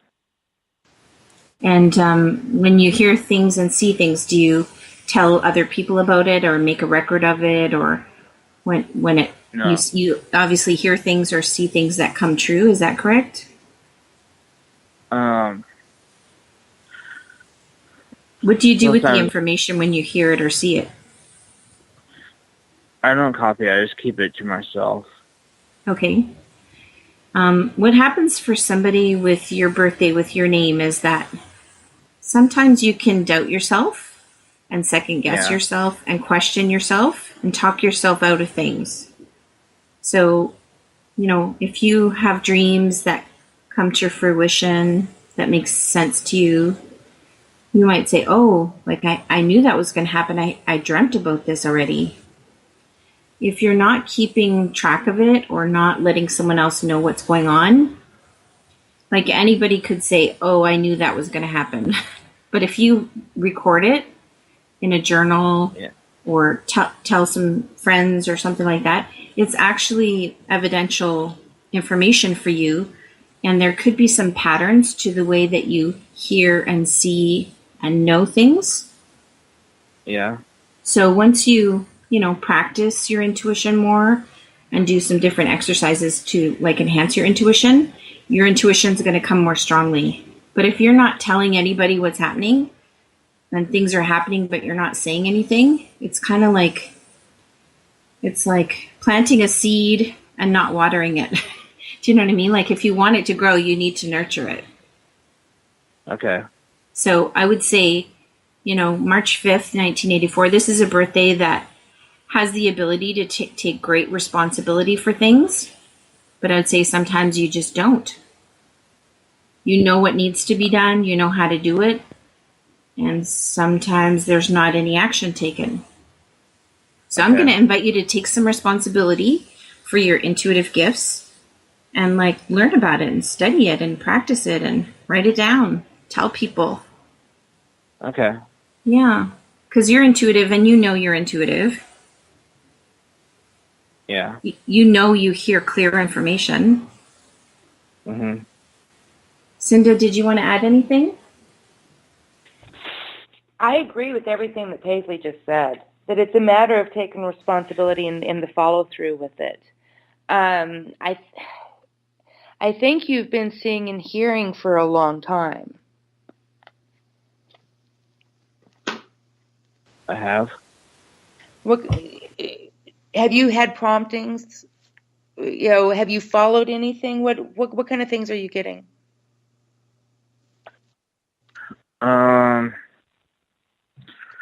Let's see.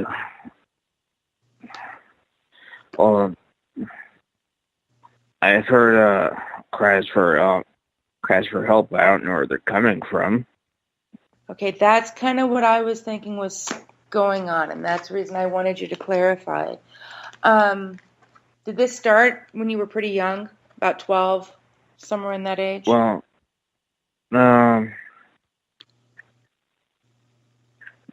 yeah, I think so. But I can't really remember it because I was pretty young back then.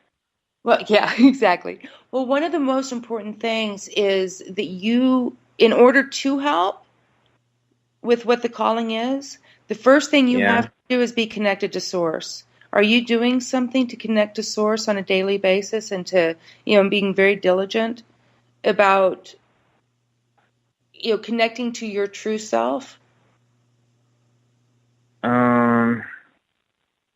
It's like, what do you mean connecting to my true self? You know, like my spirit guide? No, to you.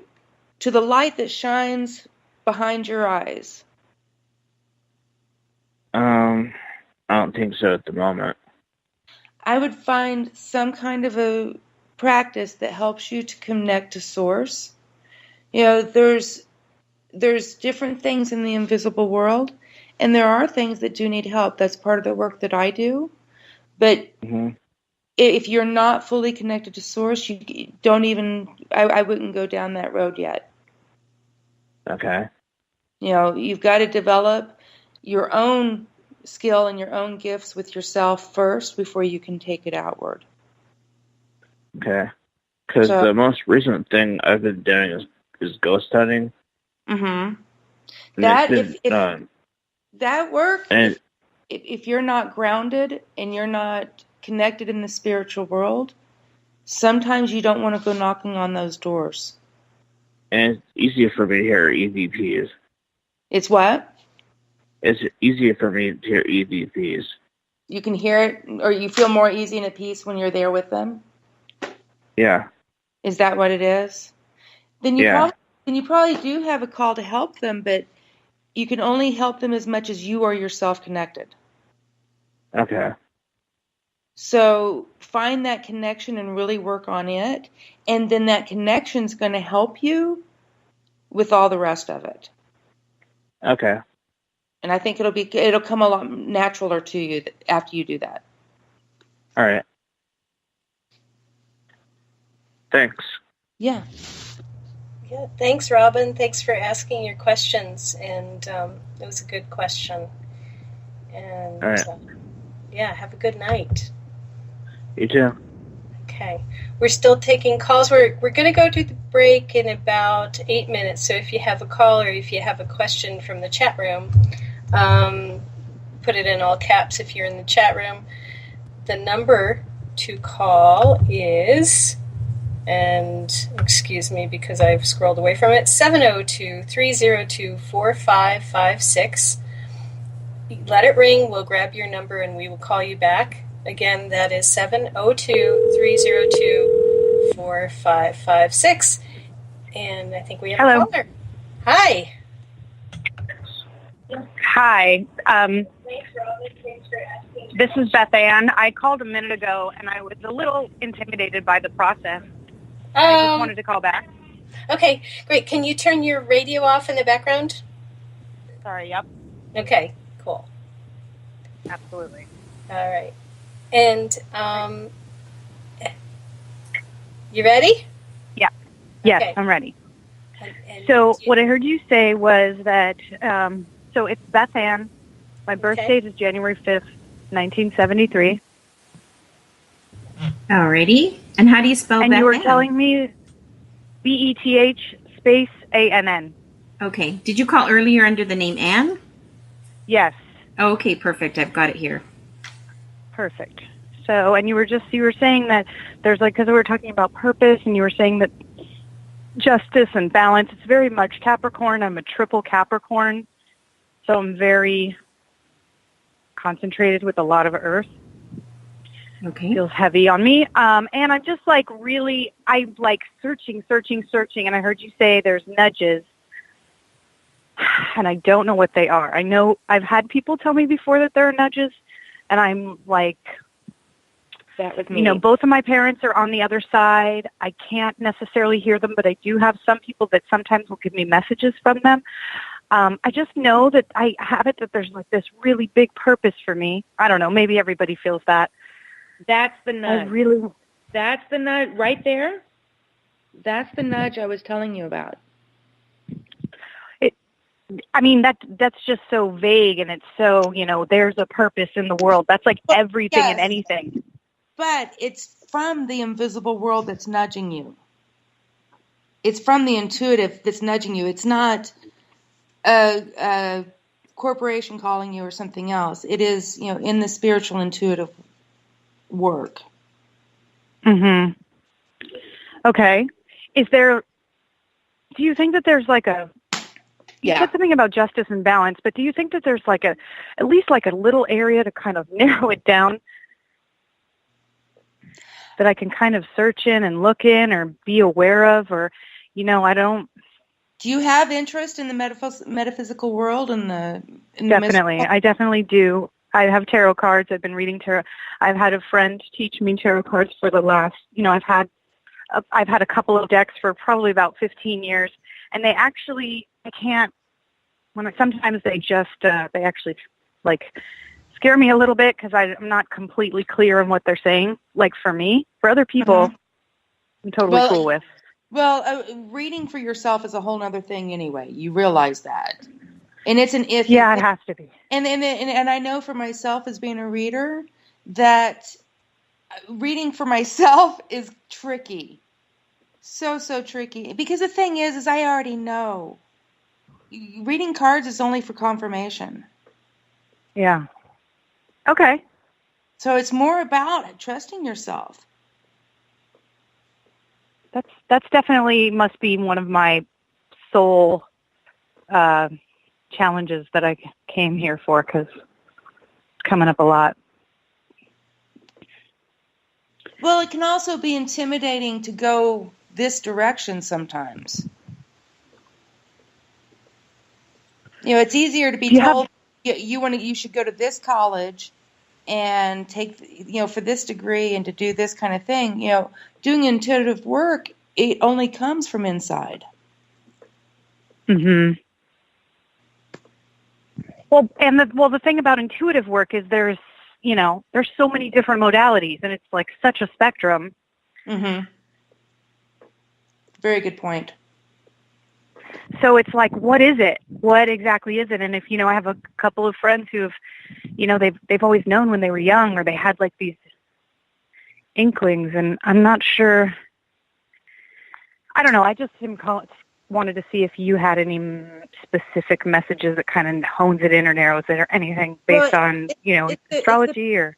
It's the path itself that does it. It's the path itself that takes you back on it. That, you know, the more that you delve inward and you go inward for that self-discovery, the more it's going to take you outward to help share it. Yeah, my meditations are very, very, very noisy. What kind of noisy? Is it noisy for you, or are you just open into the cosmos and picking up tons of static? I think it's just my thoughts, my human thoughts that are just constantly bombarding me. There's just not like peace and quiet. Once in a while there is. Have you done any work in the chakras yet? You know anything? I do know about the chakras. I have, you know, a couple of friends who've done some Reiki tell me that, my the root first chakra. through the 7, and yep. Okay, because they know that most people know the main 7. If you take that pineal and pituitary gland, and this is for everybody, anybody out there, because it's a self-activation. You take that pineal and pituitary gland chakra, the third eye, in the crown chakra, mm-hmm. and you combine those, and you meditate combining those, having the intention to combine them.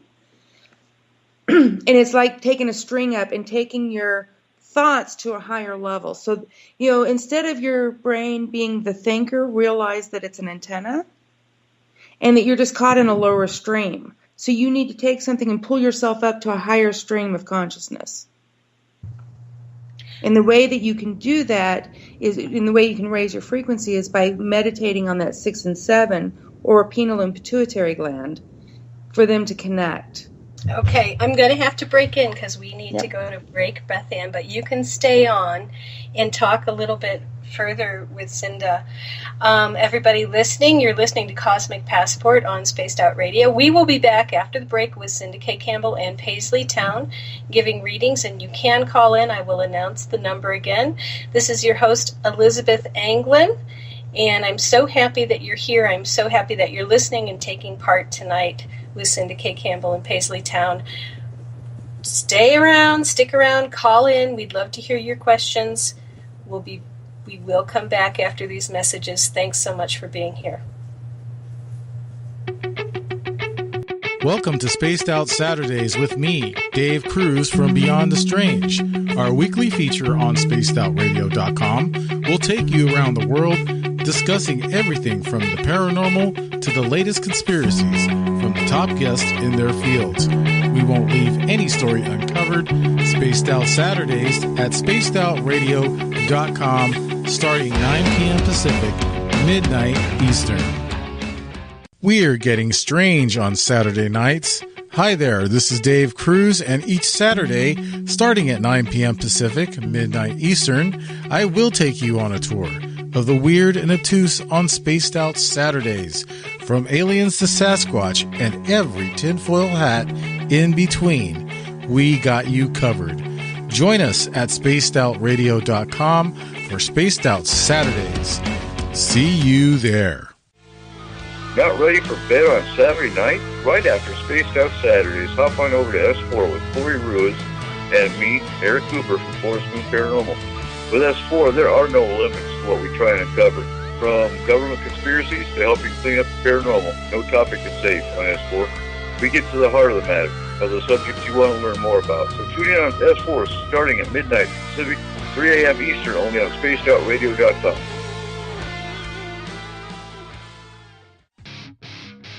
The SOR Sightlines is a place for you to find answers to your strange experiences. Hi there, this is Mike Schmidt. If you have had an encounter with ghosts, UFOs, Bigfoot, ETs, or anything else that doesn't make sense, head to spacedoutradio.com and file a Sightlines report. All information you give is 100% confidential, and I will personally help you find the answers you need. SOR Sightlines, your answers are a click away. Hi there, I'm Butch Witkowski, lead investigator with U4Cop. On the final Monday of every month, you can listen to me and host Dave Scott on Spaced Out Radio's Strange Days. We're going to get to the heart of the matter when it comes to what's happening out there. People are seeing and experiencing things from ET contact to Bigfoot, and I want to hear about it. Your experiences are what we investigators need to help solve these unknown mysteries. So tune in at spacedoutradio.com to the final Monday of every month from Butch Witkowski's Strange Days. This is Eric Markham, news editor for Spaced Out Radio's The Encounter Online. We have put together a great team of writers and journalists from all over the world to bring you top-quality paranormal stories, from alien encounters to the latest conspiracies. You won't find any of that fake news here.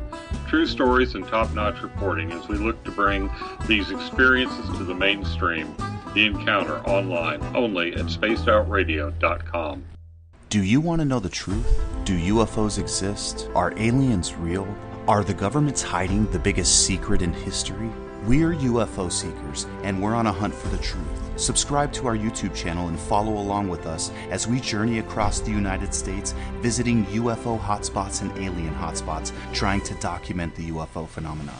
Catch us on Spaced Out Radio every third Monday of the month as we discuss Area 51, UFOs, and more. And also, don't forget to subscribe to us on YouTube. Patrolling the Pacific Northwest, we are always on the lookout for the strange and unassuming stories that real people are experiencing. Hi, I'm Vincent Zunza from Pacific North Weird. Me and Alexandra Sullivan have teamed to bring to you those odd stories that never seem to make it into the mainstream. Stories so weird that will leave you scratching your head wondering, is this real? It's as real as it gets with Pacific North Weird. You can watch our videos right here at spacedoutradio.com. Become more intimate and interactive with Spaced Out Radio. Join our Space Travelers Club with your new membership. For $5 a month, we'll provide you with special access to the website, monthly prize draws from books to psychic readings, along with monthly newsletter, private interviews, and more. Sign up today to be part of Spaced Out Radio's experience. Looking for a place to advertise at a very reasonable cost? Look no further than Spaced Out Radio. SpacedOutRadio.com has an advertising tab that you can click to check out our daily, weekly, and monthly packages to play on the radio, or our website including social media. From commercial spots to banners, we have it all. Check out our competitive pricing today. Don't have time to listen to Spaced Out Radio live? Wherever you are, the car, the office, the shower, or even if you're traveling, we're right here for you. Each Spaced Out Radio show can be found on iTunes, TuneIn, and on our YouTube channel, Spaced Out Radio Show. It's the perfect way for you to catch up on our shows. For more information, just head over to our website, spacedoutradio.com, and tune in to us today.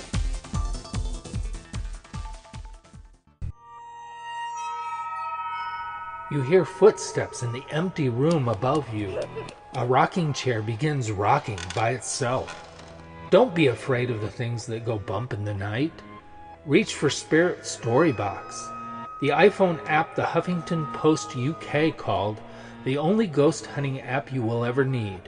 Spirit Storybox. The spirits are telling their stories. Are you listening? Strange creatures lurking in the night, the sounds of wood knocking in the forest, odd happenings right out of a fictional world. These are the reports I love. Hi there, this is author Ronald Murphy, and I would love it if you join me and Spaced Out Radio host Dave Scott the second Wednesday of every month on our journey into the unknown land of cryptozoology at spacedoutradio.com. From Mothman to Frogman and everything in between. Hey, they don't call me the crypto guru for nothing.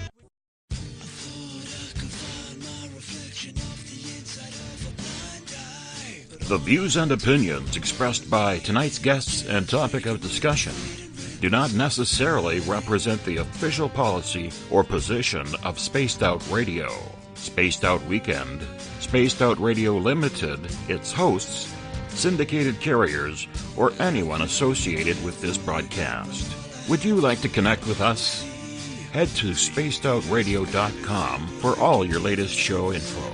And hit us up on Twitter using the hashtag SpacedOutRadio. Now, back to Elizabeth Anglin and SOR. Good evening and welcome back to Spaced Out Radio's Cosmic Passport, and it is Psychic Sunday. I'm your host, Elizabeth Anglin, coming to you from the Spaced Out Radio Cosmic Cruisemobile, live from the stormy, windy, wild, and wonderful desert southwest of Madrid, New Mexico. I am here with Paisley Town and Cindy K. Campbell and our listener caller, Beth Ann. And just before we get back into answering Beth Ann's questions, I would like to welcome back everybody listening from WQEE 99 Rock the Key in Noonan, Georgia, at spacedoutradio.com, on Spreaker, on the United Public Radio Network, Renegade Talk Radio, the High Plains Talk Radio Network, and KTLK, the Fringe. And I have to admit it, guys, I got a little froggy in my throat, so I found that my Woodford Reserve bottle had a plethora of molecules left in it, and I drank some, because when you have a plethora of whiskey molecules, you should make them go away, right? I think so. Right? No Back comment. to Beth Ann. Yes, exactly. So, Cinda, I think I got it. Yep. You had some more to say to Beth Ann, right? Well, the main point was about that connect. Where were we? Oh, it was the connection. So we were talking about the chakras and lining up the chakras, the 6 and 7 with the third eye. And okay, I'll slow it back down and uncomplicate it for you. Because you don't even have to remember any of the 7. The only ones you have to remember are the 2 on the top of your head. There's one on your forehead. That's the third eye. That's also the 6th chakra. On the top of your head, then the crown. Is the crown or the 7th. If you connect those, though, and truly connect to your source, it will bring it straight all the way down. But you have to really work and focus on connecting to your source and connecting yourself. Okay. And that's where the work comes in. Yeah. Okay, and I think that I was trying to, my other question was that, in the world of esoteric world, there's such a spectrum, like such a huge spectrum. And so, you've been getting some nudges. To narrow it down it's like, I guess my request is to kind of narrow it down a little bit, or if there's something there to kind of focus. It's not like that. It's not that simple. Like I said, it's about having that connection. Really, really. The thing is, I met a friend 2 years ago, and she started telling me about what clairvoyance is and clairaudience is and all the different clairs, and I had never heard about all that part. Now, understand, I've been doing this work for 24 years, but I hadn't come out with that. I just, for some reason, didn't understand all that. And she started speaking about it, and I said, well, yeah, I've got that. Yes, I've got that. Yes, I've got that. As she went through them, and she said, well, you have one stronger than the others. And I said, I can't necessarily say them because I see, I hear, and I feel very strongly, not necessarily one stronger than the other one. And she started arguing with me and said, well, but you have to develop that one. And I said, well, all I've ever worked on was developing my connection to source. And all of those other things came naturally. Yeah, so you weren't worried with the type. You were just worried, not even worried, you just focused on the message. I was just I've always said it, I was focused on the one thing. It was the most important thing to me, and that is, what does my soul want me to do? Yeah. Yes, that's my question. Yeah, can I break in here? Yes, please. I have a wonderful friend who comes on the show sometimes. His name is Nathan Main. And when you get stuck like this, he is a person who will always remind me to repeat this question to myself, which is, what is it that I know that I'm pretending not to know or denying that I know about what my soul wants to do, for example? And it could be about anything, but it's allowing space for the answer to come. You can cut through it with, what is it that I know that I'm pretending not to know or denying that I know about what my soul wants to do? Mm-hmm. And then keep repeating it, and then wait, because when you repeat it, you shift your energy to be open for the answer. And Liz, you said something perfect there, because in that you said, and you create space for it. Exactly. And sometimes creating space is as much as like asking a question. Ask the universe a question. Why is it so easy for me to connect with my divine self, my soul, my spirit? Why is it so easy? And when you leave it as a question, instead of why can't I, why can't I, why can't I, if you say why can't I, the universe answers why you can't. It shows you all the ways you can't. But if you say, why is it so easy for me to connect, then the universe answers that question. Because you leave the space open for it. Exactly. And it's not about necessarily the answer that you get. It's about asking the right question. And Liz just did a perfect example of that. I like it. I understand. And so, Beth Ann, I wanted to just add to that, if you don't mind, because I'm really excited about your question. Okay, great. So the name Beth is a water. It's a 5, which is a water name. The name Ann is a 1, which is a water name. January, water. 5th is water. When I add your birthday together, it's water. These numbers are scientific and intuitive, like bar none. You also are born in a year that's a fire year. And when I add Beth Ann together, it's a 6, which is an air property. So I would say, like, we have in my circles, we have a little label that we would put on someone who asked the question that you asked tonight. And the label is that you're a broom closet reader. You just haven't come out of the closet yet. Okay? So you're a psychic, and you know you're a psychic, and you know you're intuitive, and you feel your intuition, and you're certain of it, and you doubt it. you take responsibility very, very seriously. And so it might be a good idea to start to play and just have some fun with it. I would say when you were 7, you took responsibility very seriously. You were like an adult when you were 7. Is that correct? Probably. I don't remember it very much, but I do know that, I'm an only child, and I did do a lot of stuff on my own. I don't know. I can't actually remember, but I am very, very, very serious. Everybody always tells me I'm so significant and so hard on myself. So it's time to play and have some fun with this intuition stuff. So practice a whole bunch of different things. Psychic development isn't like one book that you're going to read that you're going to find the answer. It's not one deck of tarot cards that you're going to use that are going to be those, you know what I mean? Like, you need to play with this and have some fun and meet some new people and ask new questions, and you'll trip on it and you'll say, wow, like this is it. Okay. Yeah. Okay, well, it's interesting. 'cause You're you right said there. everything was, I am? Yeah. Thank you. Yes, you're well, welcome. you said everything was water, water, water, water, and I have it that according to my astrology, I'm triple Earth. I'm not doing your astrology. I'm doing your numerology. Oh, numbers. Yes. That's right. Excuse me. Yes. I apologize. Thank you. Yeah, and horoscope is quite a bit different. Like they even have, I think they have an earth element as well. In numerology, there's water, fire, and air, and you have it all, but you have a lot of strong water qualities, which is go with the flow, research the heck out of it, prove it. Like, you might have an amazing tarot card reading, but then you doubt it because you're like, yeah, but maybe I didn't shuffle it long enough. Right? You doubt yourself. You question yourself. You hesitate. You talk yourself out of it. Totally. You got me pinned. Okay, good.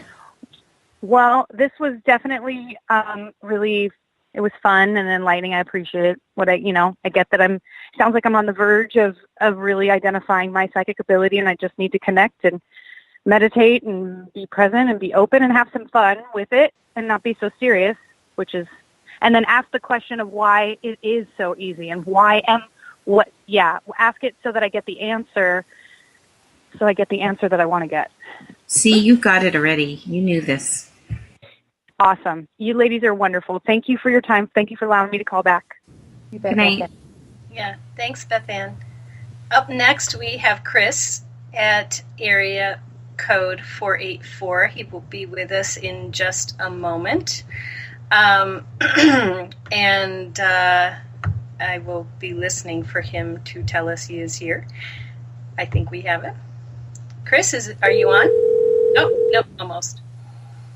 Boy, I've got a lot of people. Hi, Christopher. How are you? Good. Welcome. Do you have a question for Paisley and Cinda? Yes.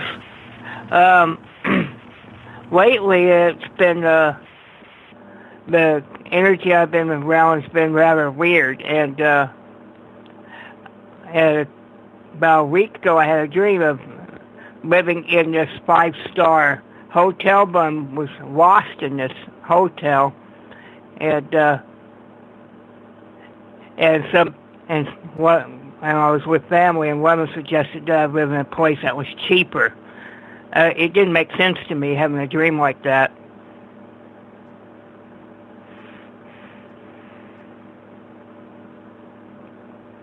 And Christopher, did you have a question for us? Yes.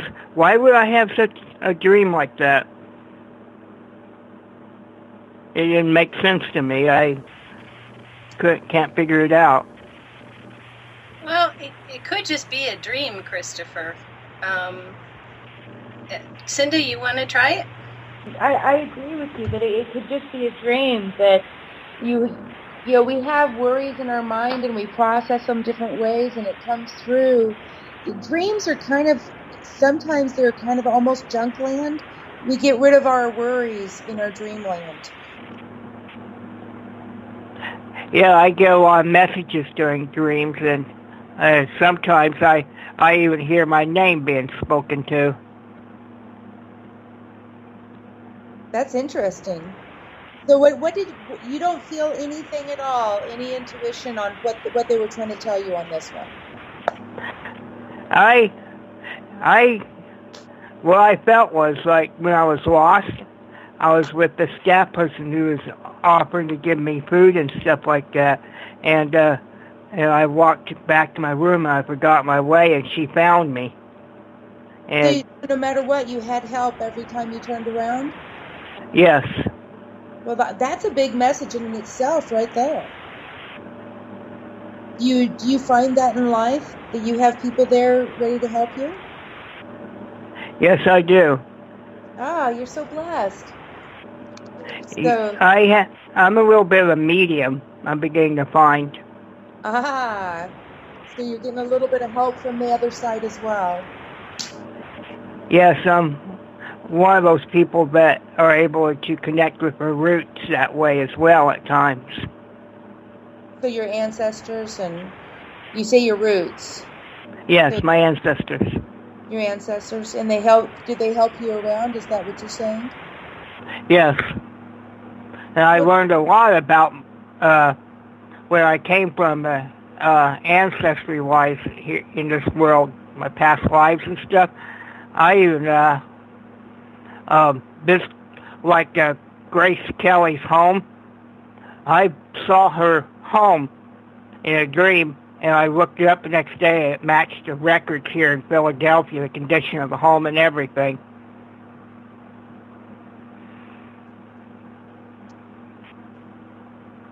It was really freaky.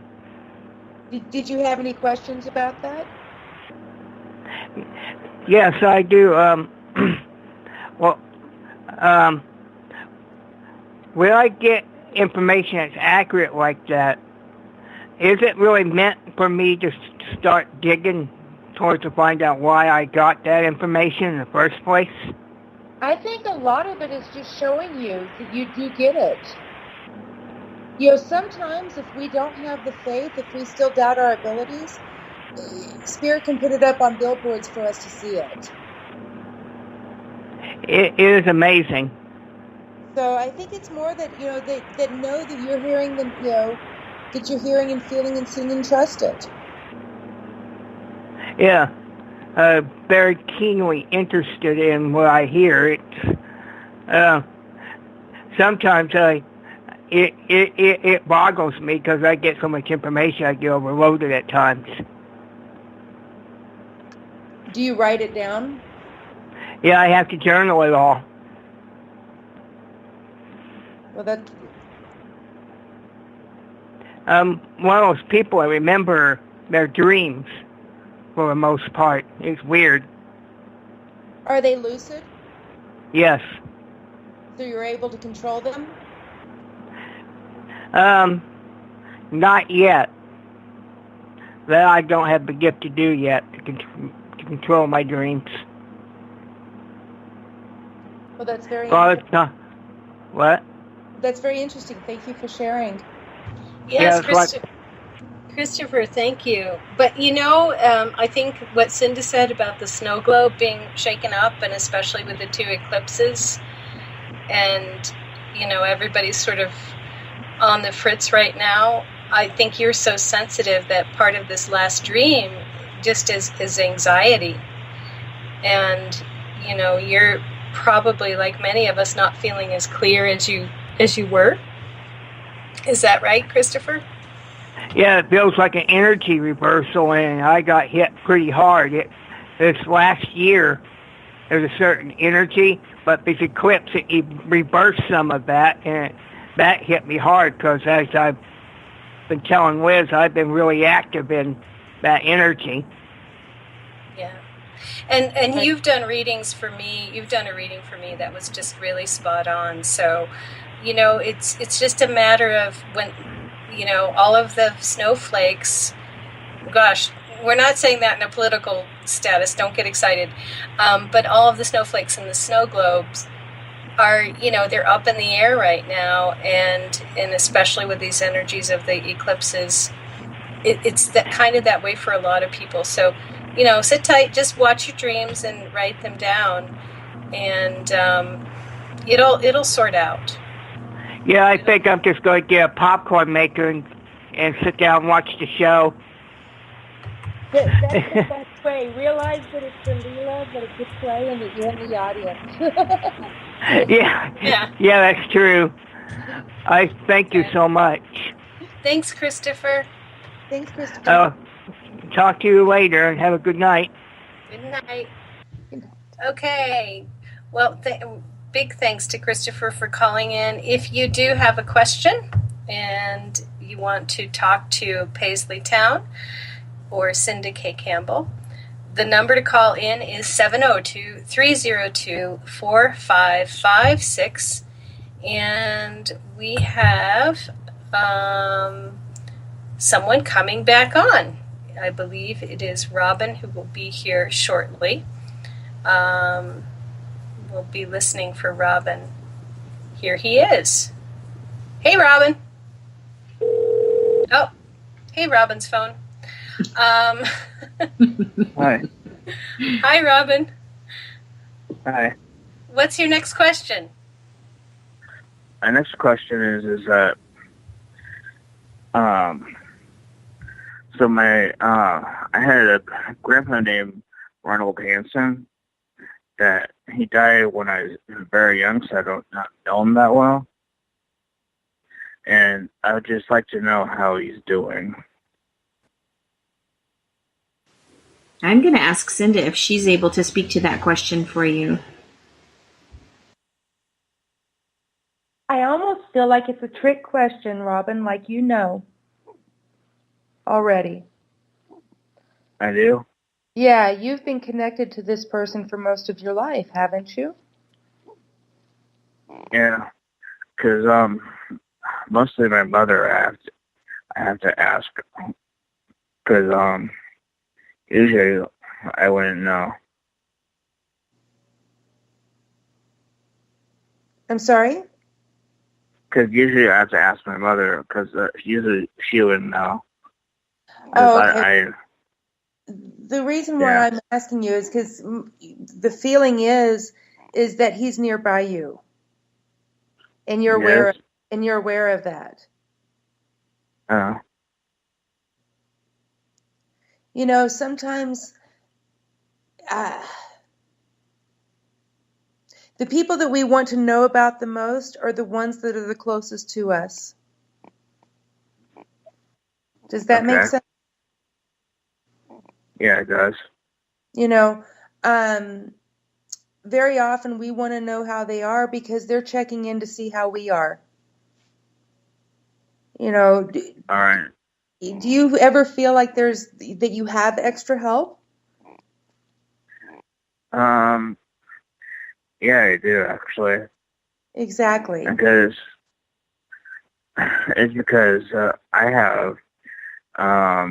I have seizures, and usually wherever I go is that usually when I end up having a seizure, usually a person ends up helping. There's the right person there to help you? Yeah. So somehow or another, even though you're going through this at the same time, you have the help whenever you need it. Do you ever get warnings ahead? Do you know that one's coming on? Yeah.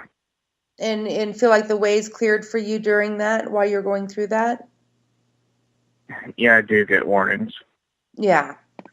You know, because sometimes we take on things that are very challenging for ourselves and for the people around us, but we don't realize how exponentially, not just ourselves, but those that experience around us.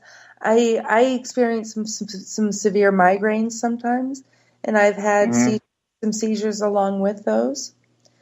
And even though I've endured and I've gone through a lot of things, I've also learned a lot from it, and I've had a lot of help. So, so that be grateful for the help that's offered, and then you'll have more help. All right. And acknowledge the help that's with you, and the more that you acknowledge, the more that you'll have help. Okay. But the gratitude is the key, always. Okay.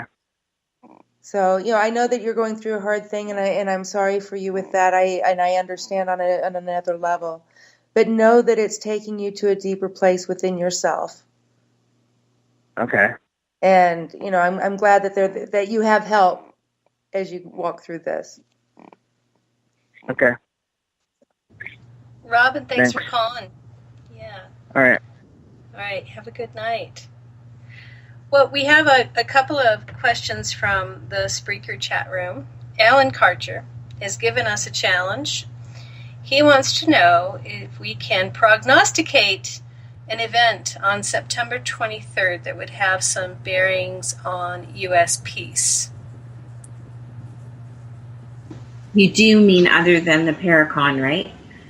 Other than the Paracon, yeah, because we're all so powerful once we get together, you never know what'll happen. Right, Paisley? It's so true. When you get a whole bunch of psychic people together in one building, yeah. What happens in concrete Washington stays in concrete Washington. That's what I heard. Yes, what happens in concrete stays in concrete. So, Cindy, you want to try? See if you get anything?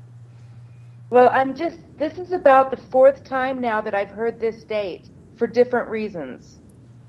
Okay. Including you two talking just now. So we're at about 4 altogether. So that makes me curious.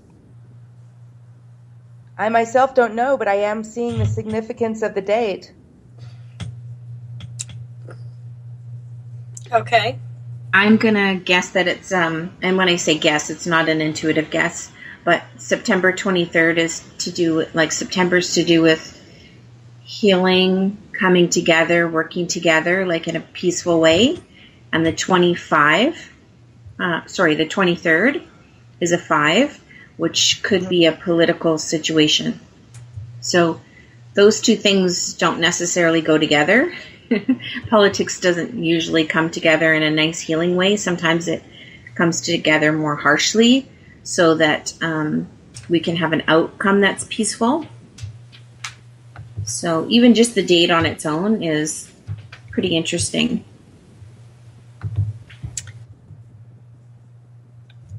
Okay. Elizabeth, you were going to say something. Yeah.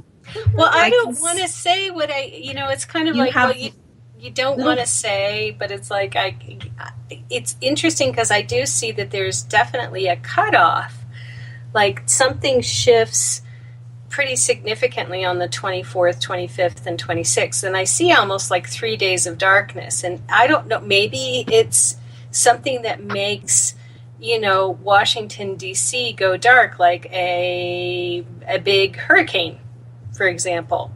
Maybe it's almost like all of a sudden after the 23rd, there's this period of darkness, and we don't have an eclipse then. We had an eclipse the month before. So, Alan, I'm not sure what I'm looking at. I don't know what that is, the 24th, 25th, and 26th, and it could even go out a couple more days. But I don't know what that is. But I looked at the situation of an event for U.S. peace on September 23rd, and I saw the 23rd, and then I saw darkness on the 24th, 25th, and 26th. So, I don't know. Sorry, I don't get more.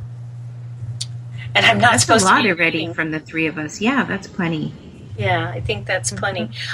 Corey has a question. She doesn't want to phone in, but she has a deep desire to visit Arizona and New Mexico this coming winter, and we're wondering if you see her doing that. If you feel the calling, come. Yes, you have friends here. Definitely. She has friends here? Well, she's got me. Yeah, and I'm here. Yeah. And you're my friend, and you can meet her because she's cool. Yeah. Yeah. Yeah, so lots of people in New Mexico. Come on. Yeah. Cool people. Yeah. We allow couch camping, at least I do. So, I actually have multiple around here. She could take her choice. So.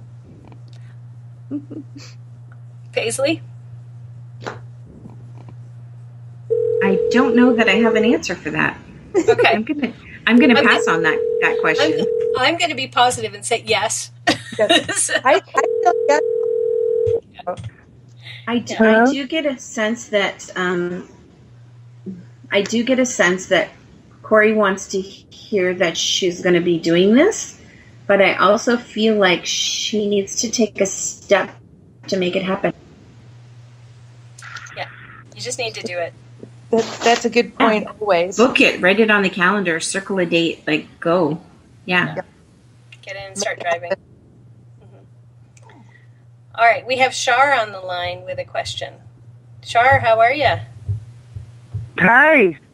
Hi. Good. I just thought I'd ask, what the heck? Do you see anything in the romance department coming up?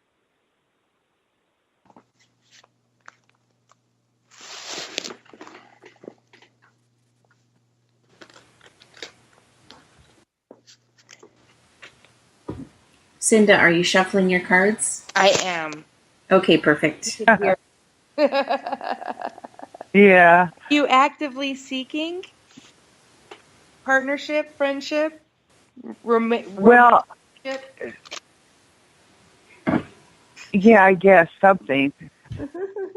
Let me see here.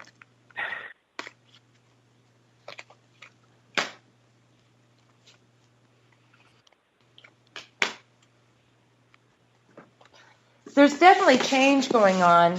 I pulled Chariot, which is okay. I always think, fortune and abundance, setting off. But, are you actively seeking or are you? No. Okay. No. Are you self-fulfilled now? What do you mean? Am I Are you fulfilled? Lonely and dying for somebody? No, I'm not. No, I don't necessarily mean in that way. Yeah. You know what? Life's just been pretty tough lately. So that's been my focus has been survival. Survival? Take it a step right, beyond. But I understand that sometimes we get stuck in survival mode, but it's important that we nurture ourselves, that we're not seeking that nurturing outside, because whenever we do that, we become a magnet to it. To what? By having self-love and by overflowing. Right. And overflowing with love, we will attract it right. to. It will attract it to ourselves. Gotcha. So, I understand the moments that you have to just survive. I've been there in my life. Yeah. But those times are the times that we really have to remember ourselves, and that we're the only ones that can truly fill F-I-L-L, our holes. Mm-hmm. We feel them. Circumstances help us to feel them, F-E-E-L. But it is up to us. It is up to us to fill them, and the more that we feel them, the better chance that we have attracting that to ourselves. Right. Honestly, because I have not even thought about it or attempted to. I can't see me even trying to do that. Trying to go out or any of that. It's just not. I'm not a big dater type person. Never have been. Well, the thing is, there's a lot of places that we can meet a mate. It can be at the grocery store checking out cantaloupes. But the thing is, we can't attract it into our lives until we have an understanding of it in ourselves. No, I understand that, honey. I just there was someone in the past. There was someone in the past that I cared a lot about, and it just kind of we drifted away. Right. And I just didn't know if she was going to come back around. I think it's possible for everybody. Always. But I have that kind of a hopeful heart. And I definitely And I definitely think that the way that we attract it in our lives is by being it. The more that we have it within ourselves, the more we magnetize it. Energy is kinetic. Right. So if we're negative, we Sure. attract negative. If we're loving, we attract loving. And I'm not saying, it's not a blanket all. and I understand that. But I do think that there's a change and a chance. What does the chariot stand for? Isn't that what you said you pulled? Yes. To me, it's good fortune, but it's also in the world of the seeking within yourself. Okay. That 7 is always spiritual path, and the 7 is number chariot, and it's about climbing higher within yourself always. Yeah, I definitely need to do that. Want to do that. I think that's true and common for all of us, though. I don't think any of us do it near as much as what we need to. Right. And the more that we're reminded and the more that we do it, the more we feel better. So I think we all need to remember to remind ourselves and remind others to do it. And I don't know what self-love is for you, and I don't know what self-fulfillment is for you, and that's why it's important for you to do it for you. Nobody knows that for you, only you do. Right. And so if I just keep picturing this knight in shining armor riding up to my front door, then I'll be fine. Just keep focusing on that. What I mean. Yeah. I'm talking. Yeah, well. I'm talking more about that really having that self-satisfaction and self-fulfillment.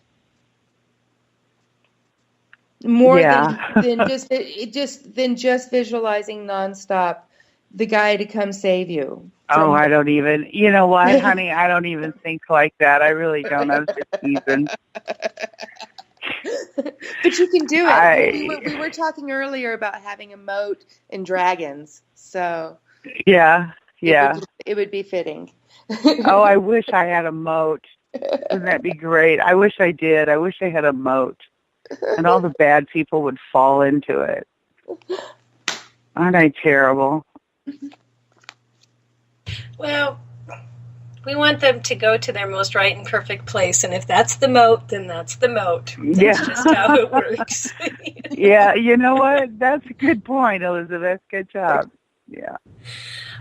Hey, you were talking about Padre Pio. You made a comment about Padre Pio and the 3 Days of Darkness. What's going on with that? Well, I have been looking at that a lot. And I know, did you write a paper on him? Didn't you do research on him? I did Padre not, Pio? but I met, he was a stigmata, right? Padre Pio? Right. And I met Giorgio, who was his protege, who was the stigmata. And Giorgio really was a stigmata, whatever anybody else says about him. And so I spent a couple of days with Giorgio in South Dakota back in 1996. But I didn't write a paper on him. I was thinking you did. Well, if you go on YouTube and you can see his message, and it's about the 3 Days of Darkness. And this is something that all of the, I'm Catholic, all of the Catholic visionaries and everybody they got that message from God or from Mary about the 3 Days of Darkness that's coming. And it was just triggered for me when you said that you were picking up like this 3 days of darkness. Ooh, I got chills. After the 23rd. And so I went, oh my God, so you definitely go read that, or, you can see his message. This is very, very, God gave it to Padre Pio. Okay. And it's a 3 days of darkness. I don't want to go into it over here because it might freak people out, but if you read it, it's pretty heavy. And sometimes that's the way, messages work, where we'll get part of a message, and it's just enough to direct us on where to look for the rest of it. So I will go and look there. But there's definite instructions. And I can tell you this, it is very reminiscent of back, in Moses' days when Passover, when they did the lamb's blood over the doorway. So the spirit of death could pass by when, the firstborn was going to be killed, and only the people that had the lamb's blood over the doorway were spared. Right. There's instructions, something like that, with the 3 days of darkness. So it's not pretty. Okay. So if you want to get downer, go look at what Padre Pio's message. Yeah. That's what I was. Yeah. Because I heard that earlier today too from somebody about they're thinking a technical, like electric grid going out. I didn't put that together until you just said you were getting this and other people are getting this. And that's one thing I've learned. God reaches people wherever they're at and however they understand. So, he may say something to you different than he's going to say to me, but it's kind of the same thing. Right. That makes any sense. Yeah. Well, thank you. Thank you for that. And we're going to... Yeah. Thanks for asking I better a question. Go. Yeah, I've got a couple more questions. I'm going to go wait for my horseman, my headless horseman. That's probably what I'll get. Instead of the knight in shining armor, I'll get the headless horseman. Just what I need. Trickster horseman. Yeah. All right. See Thanks. You. All right. Okay, so we got some questions from the chat rooms, and Paisley and Cinda, you will probably have two different takes on this, but Tracy asked, how can a person find out who their spirit guides are besides asking a medium psychic or meditating or grounding? Do you have any answers for Tracy?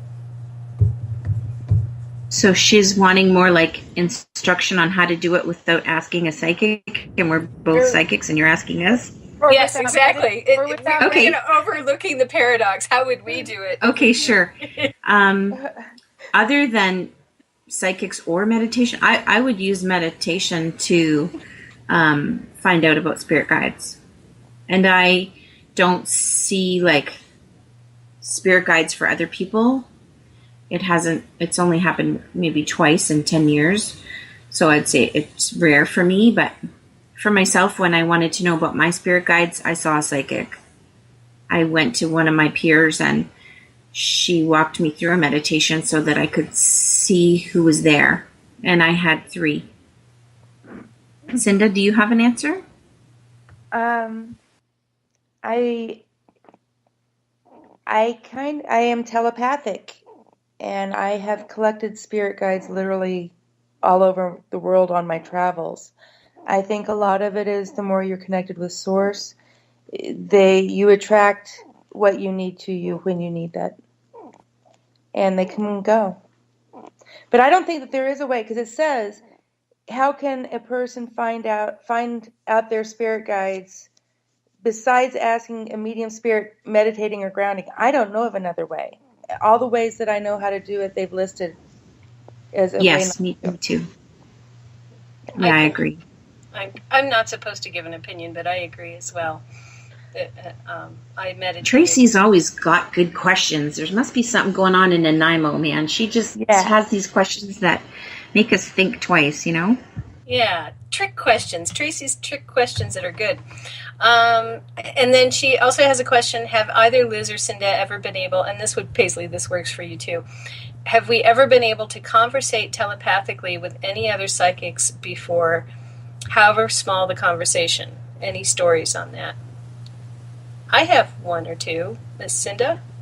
3 or 4 or 10, yes. Yeah, 3 or 4 or 10. Okay. Paisley? Yes, I do. Okay. You want to share first? Sure. For me, not only do I network with a lot of really amazing psychics in the Lower Mainland, but I also consider new psychics or psychics coming out of the broom closet to be my peers as well. Like I don't say, oh, she's not an experienced psychic. Whether the person's been reading for 40 years or for 4 weeks, to me, they're all psychic. So in classes that I do, we all work with each other. And quite often when we're doing, we might be doing exercises that aren't telepathy exercises, but we're all connected in that class. We're just on the same page, on the same book, on the same paragraph, on the same sentence. And we're all thinking and knowing this. Like, I have people write down what's going on or what they get. And it's amazing to see not only are they getting what I'm putting out without me putting it out there, but their telepathy is feeding off of each other. So that happens a lot. Even when we're not doing telepathy practices, we might be doing psychometry or some other divination, or working with pendulums, or doing dream interpretation or tea leaf reading. It's super fun. It gets me really stoked. It gets me really excited. I'm super passionate about it when telepathy happens that way. It just reminds me that we're all connected. That's it. Awesome answer, Cinda. Exactly, that we're all connected, and I think Paisley said it, hit the nail on the head. One of my firm beliefs is GURU, guru, we are ourselves, and we're so very, very connected. Many years ago, I took classes, my husband and I took classes, and they were talking about latent abilities and being able to use telepathy. And at the time we were going through a lot. It was, I think, 2003, I actually remember. And we took the class in Australia, and we were back in the States, and he had to go to Vegas to work, and I was back in Ruidoso, New Mexico. And he that morning on the telephone said, we really need to be practicing telepathy. We shouldn't be arguing. We should be working on our stuff and learning energetically what we've been doing. And he kind of got on to me, and I got offended, and my ego was a little bit sore. But I was like, this isn't a parlor trick for me. I'm very, very serious about it. And whenever it's time, I'm sure we'll know and we'll be able to do it. And I somehow I didn't have the right feeling. That night, I had something come over me, and it was an insecurity. And so I went inward and I asked about this insecurity. And all of a sudden, I realized that there was a lot of things going on with my husband that he hadn't, as of yet, spoke to me about. And all of a sudden, I had a lot of understandings of what was going on. And he hadn't been with another woman or anything, but I knew that he had crossed the line a few times. And before I knew it, I picked up the phone and I called him. And I called him out on all of it. And the things that I knew, I probably shouldn't have known. And at first, he didn't want to admit it. And I kept coming back with it because I felt it so strongly. Finally, whenever I said, well, am I not supposed to believe spirit? Am I supposed to believe you over my spirit? He, at that point, couldn't do it, and he confessed to some things. And the moral of the story was to not enter into a telepathic relationship unless you have nothing to hide. And after that way was cleared, we've been very telepathic ever since together. So that's a good deep story. Yeah. Wow. So I have a similar one, but I didn't end up marrying the person, but it was about a final breakup where he actually came to me and said that he had, basically showed me how he'd been unfaithful and he couldn't forgive himself. I actually didn't care. It wasn't such a big deal to me. I was like, oh yeah, I see that.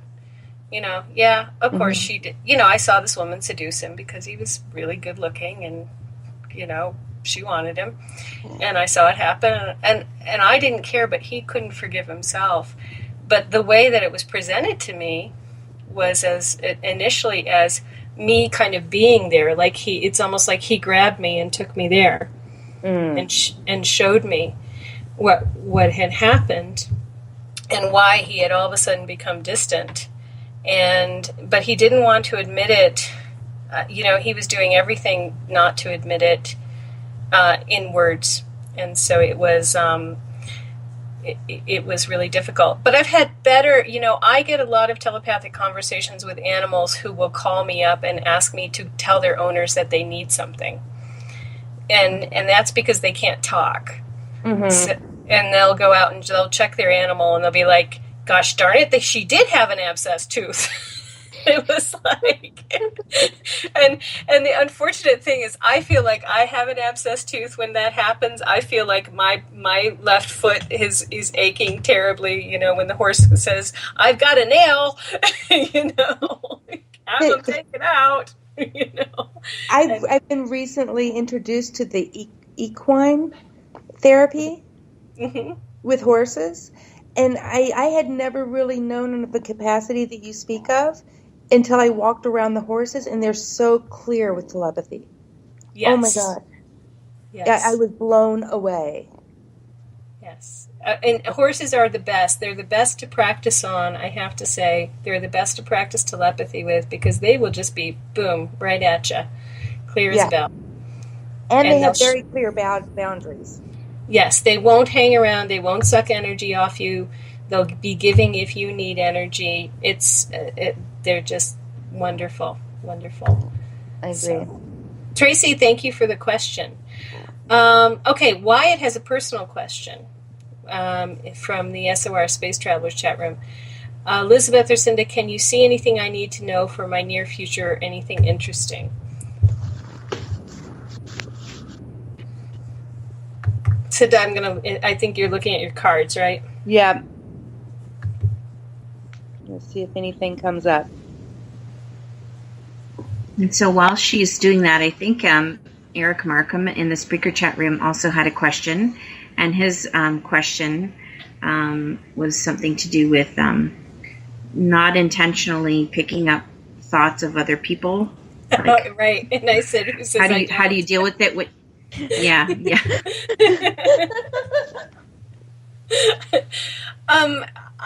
I don't try. I mean, it's like if it doesn't need to happen, it's just energy going out for no good purpose. What about you, Paisley?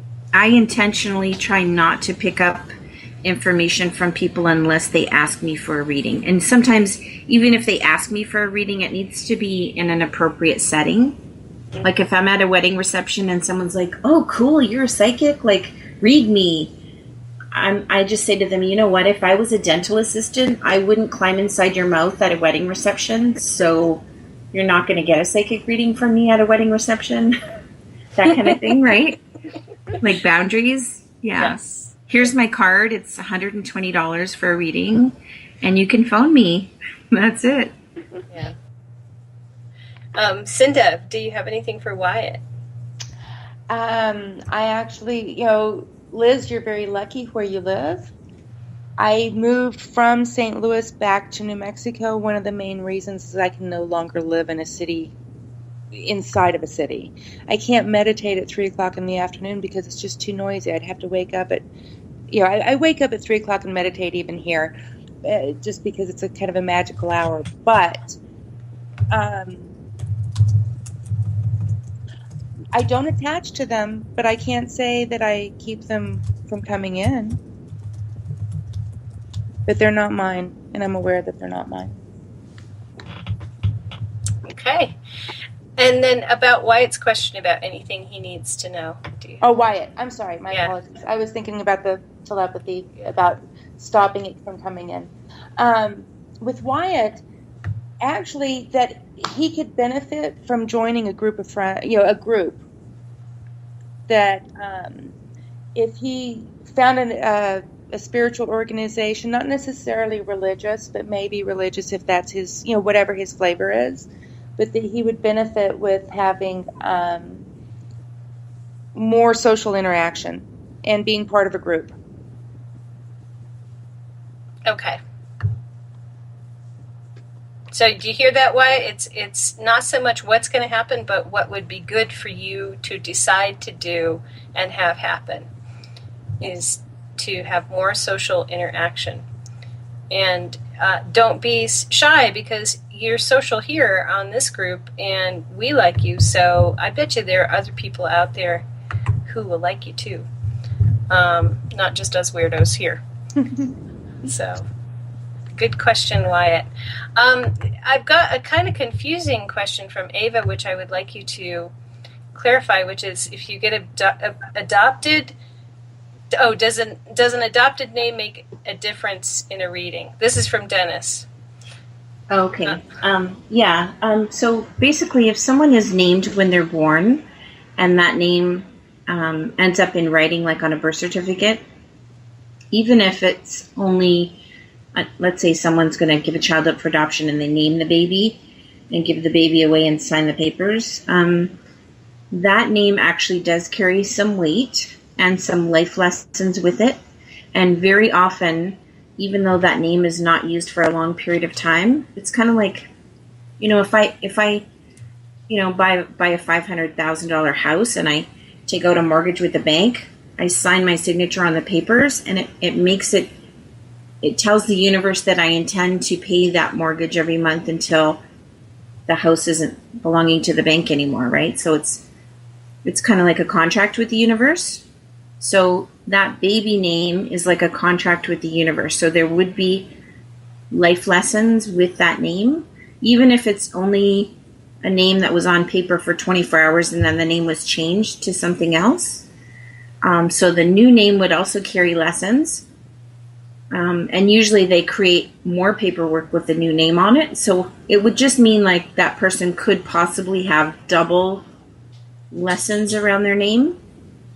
So absolutely, yes. And even sometimes people come to see me for a numerology reading and they want to know, should I take my husband's name when I get married? Or I'm getting a divorce, should I go back to my maiden name or keep my husband's name? And when we change our name, it's a change in energy and a change in lessons. Okay, that's awesome. You know what? It's the end of the third hour. How fast people know how to reach you? Hello? Sorry, Elizabeth, you were cutting out. Can you say that again? It's the end. It's the end of the show, and I wanted to let people know how to reach you. Can you? Oh, sure. PaisleyTown.com is my website, and I'm also on Facebook. Okay, and Cinda K? CindaKCampbell.com, and I'm also on Facebook. Excellent. Thank you guys for coming. I can't believe it went so fast. All of a sudden I looked up and I'm sorry I broke in so quickly. You're listening to Cosmic Passport on Spaced Out Radio. Tomorrow night, Dave Scott will be back with his regular show. And you have to listen in. It'll be a great show. The show is William Van Huss talking UFOs over Appalachian, 9 p.m. Pacific to 12 a.m. Eastern on Spaced Out Radio. And thanks everybody who asked questions. Thanks Cinda. Thanks Paisley. We'll be back next week for some nerd talk with Eric Markham, the preacher. And until then, be well. And if you can't be well, be bad and enjoy it. Good night. Good night.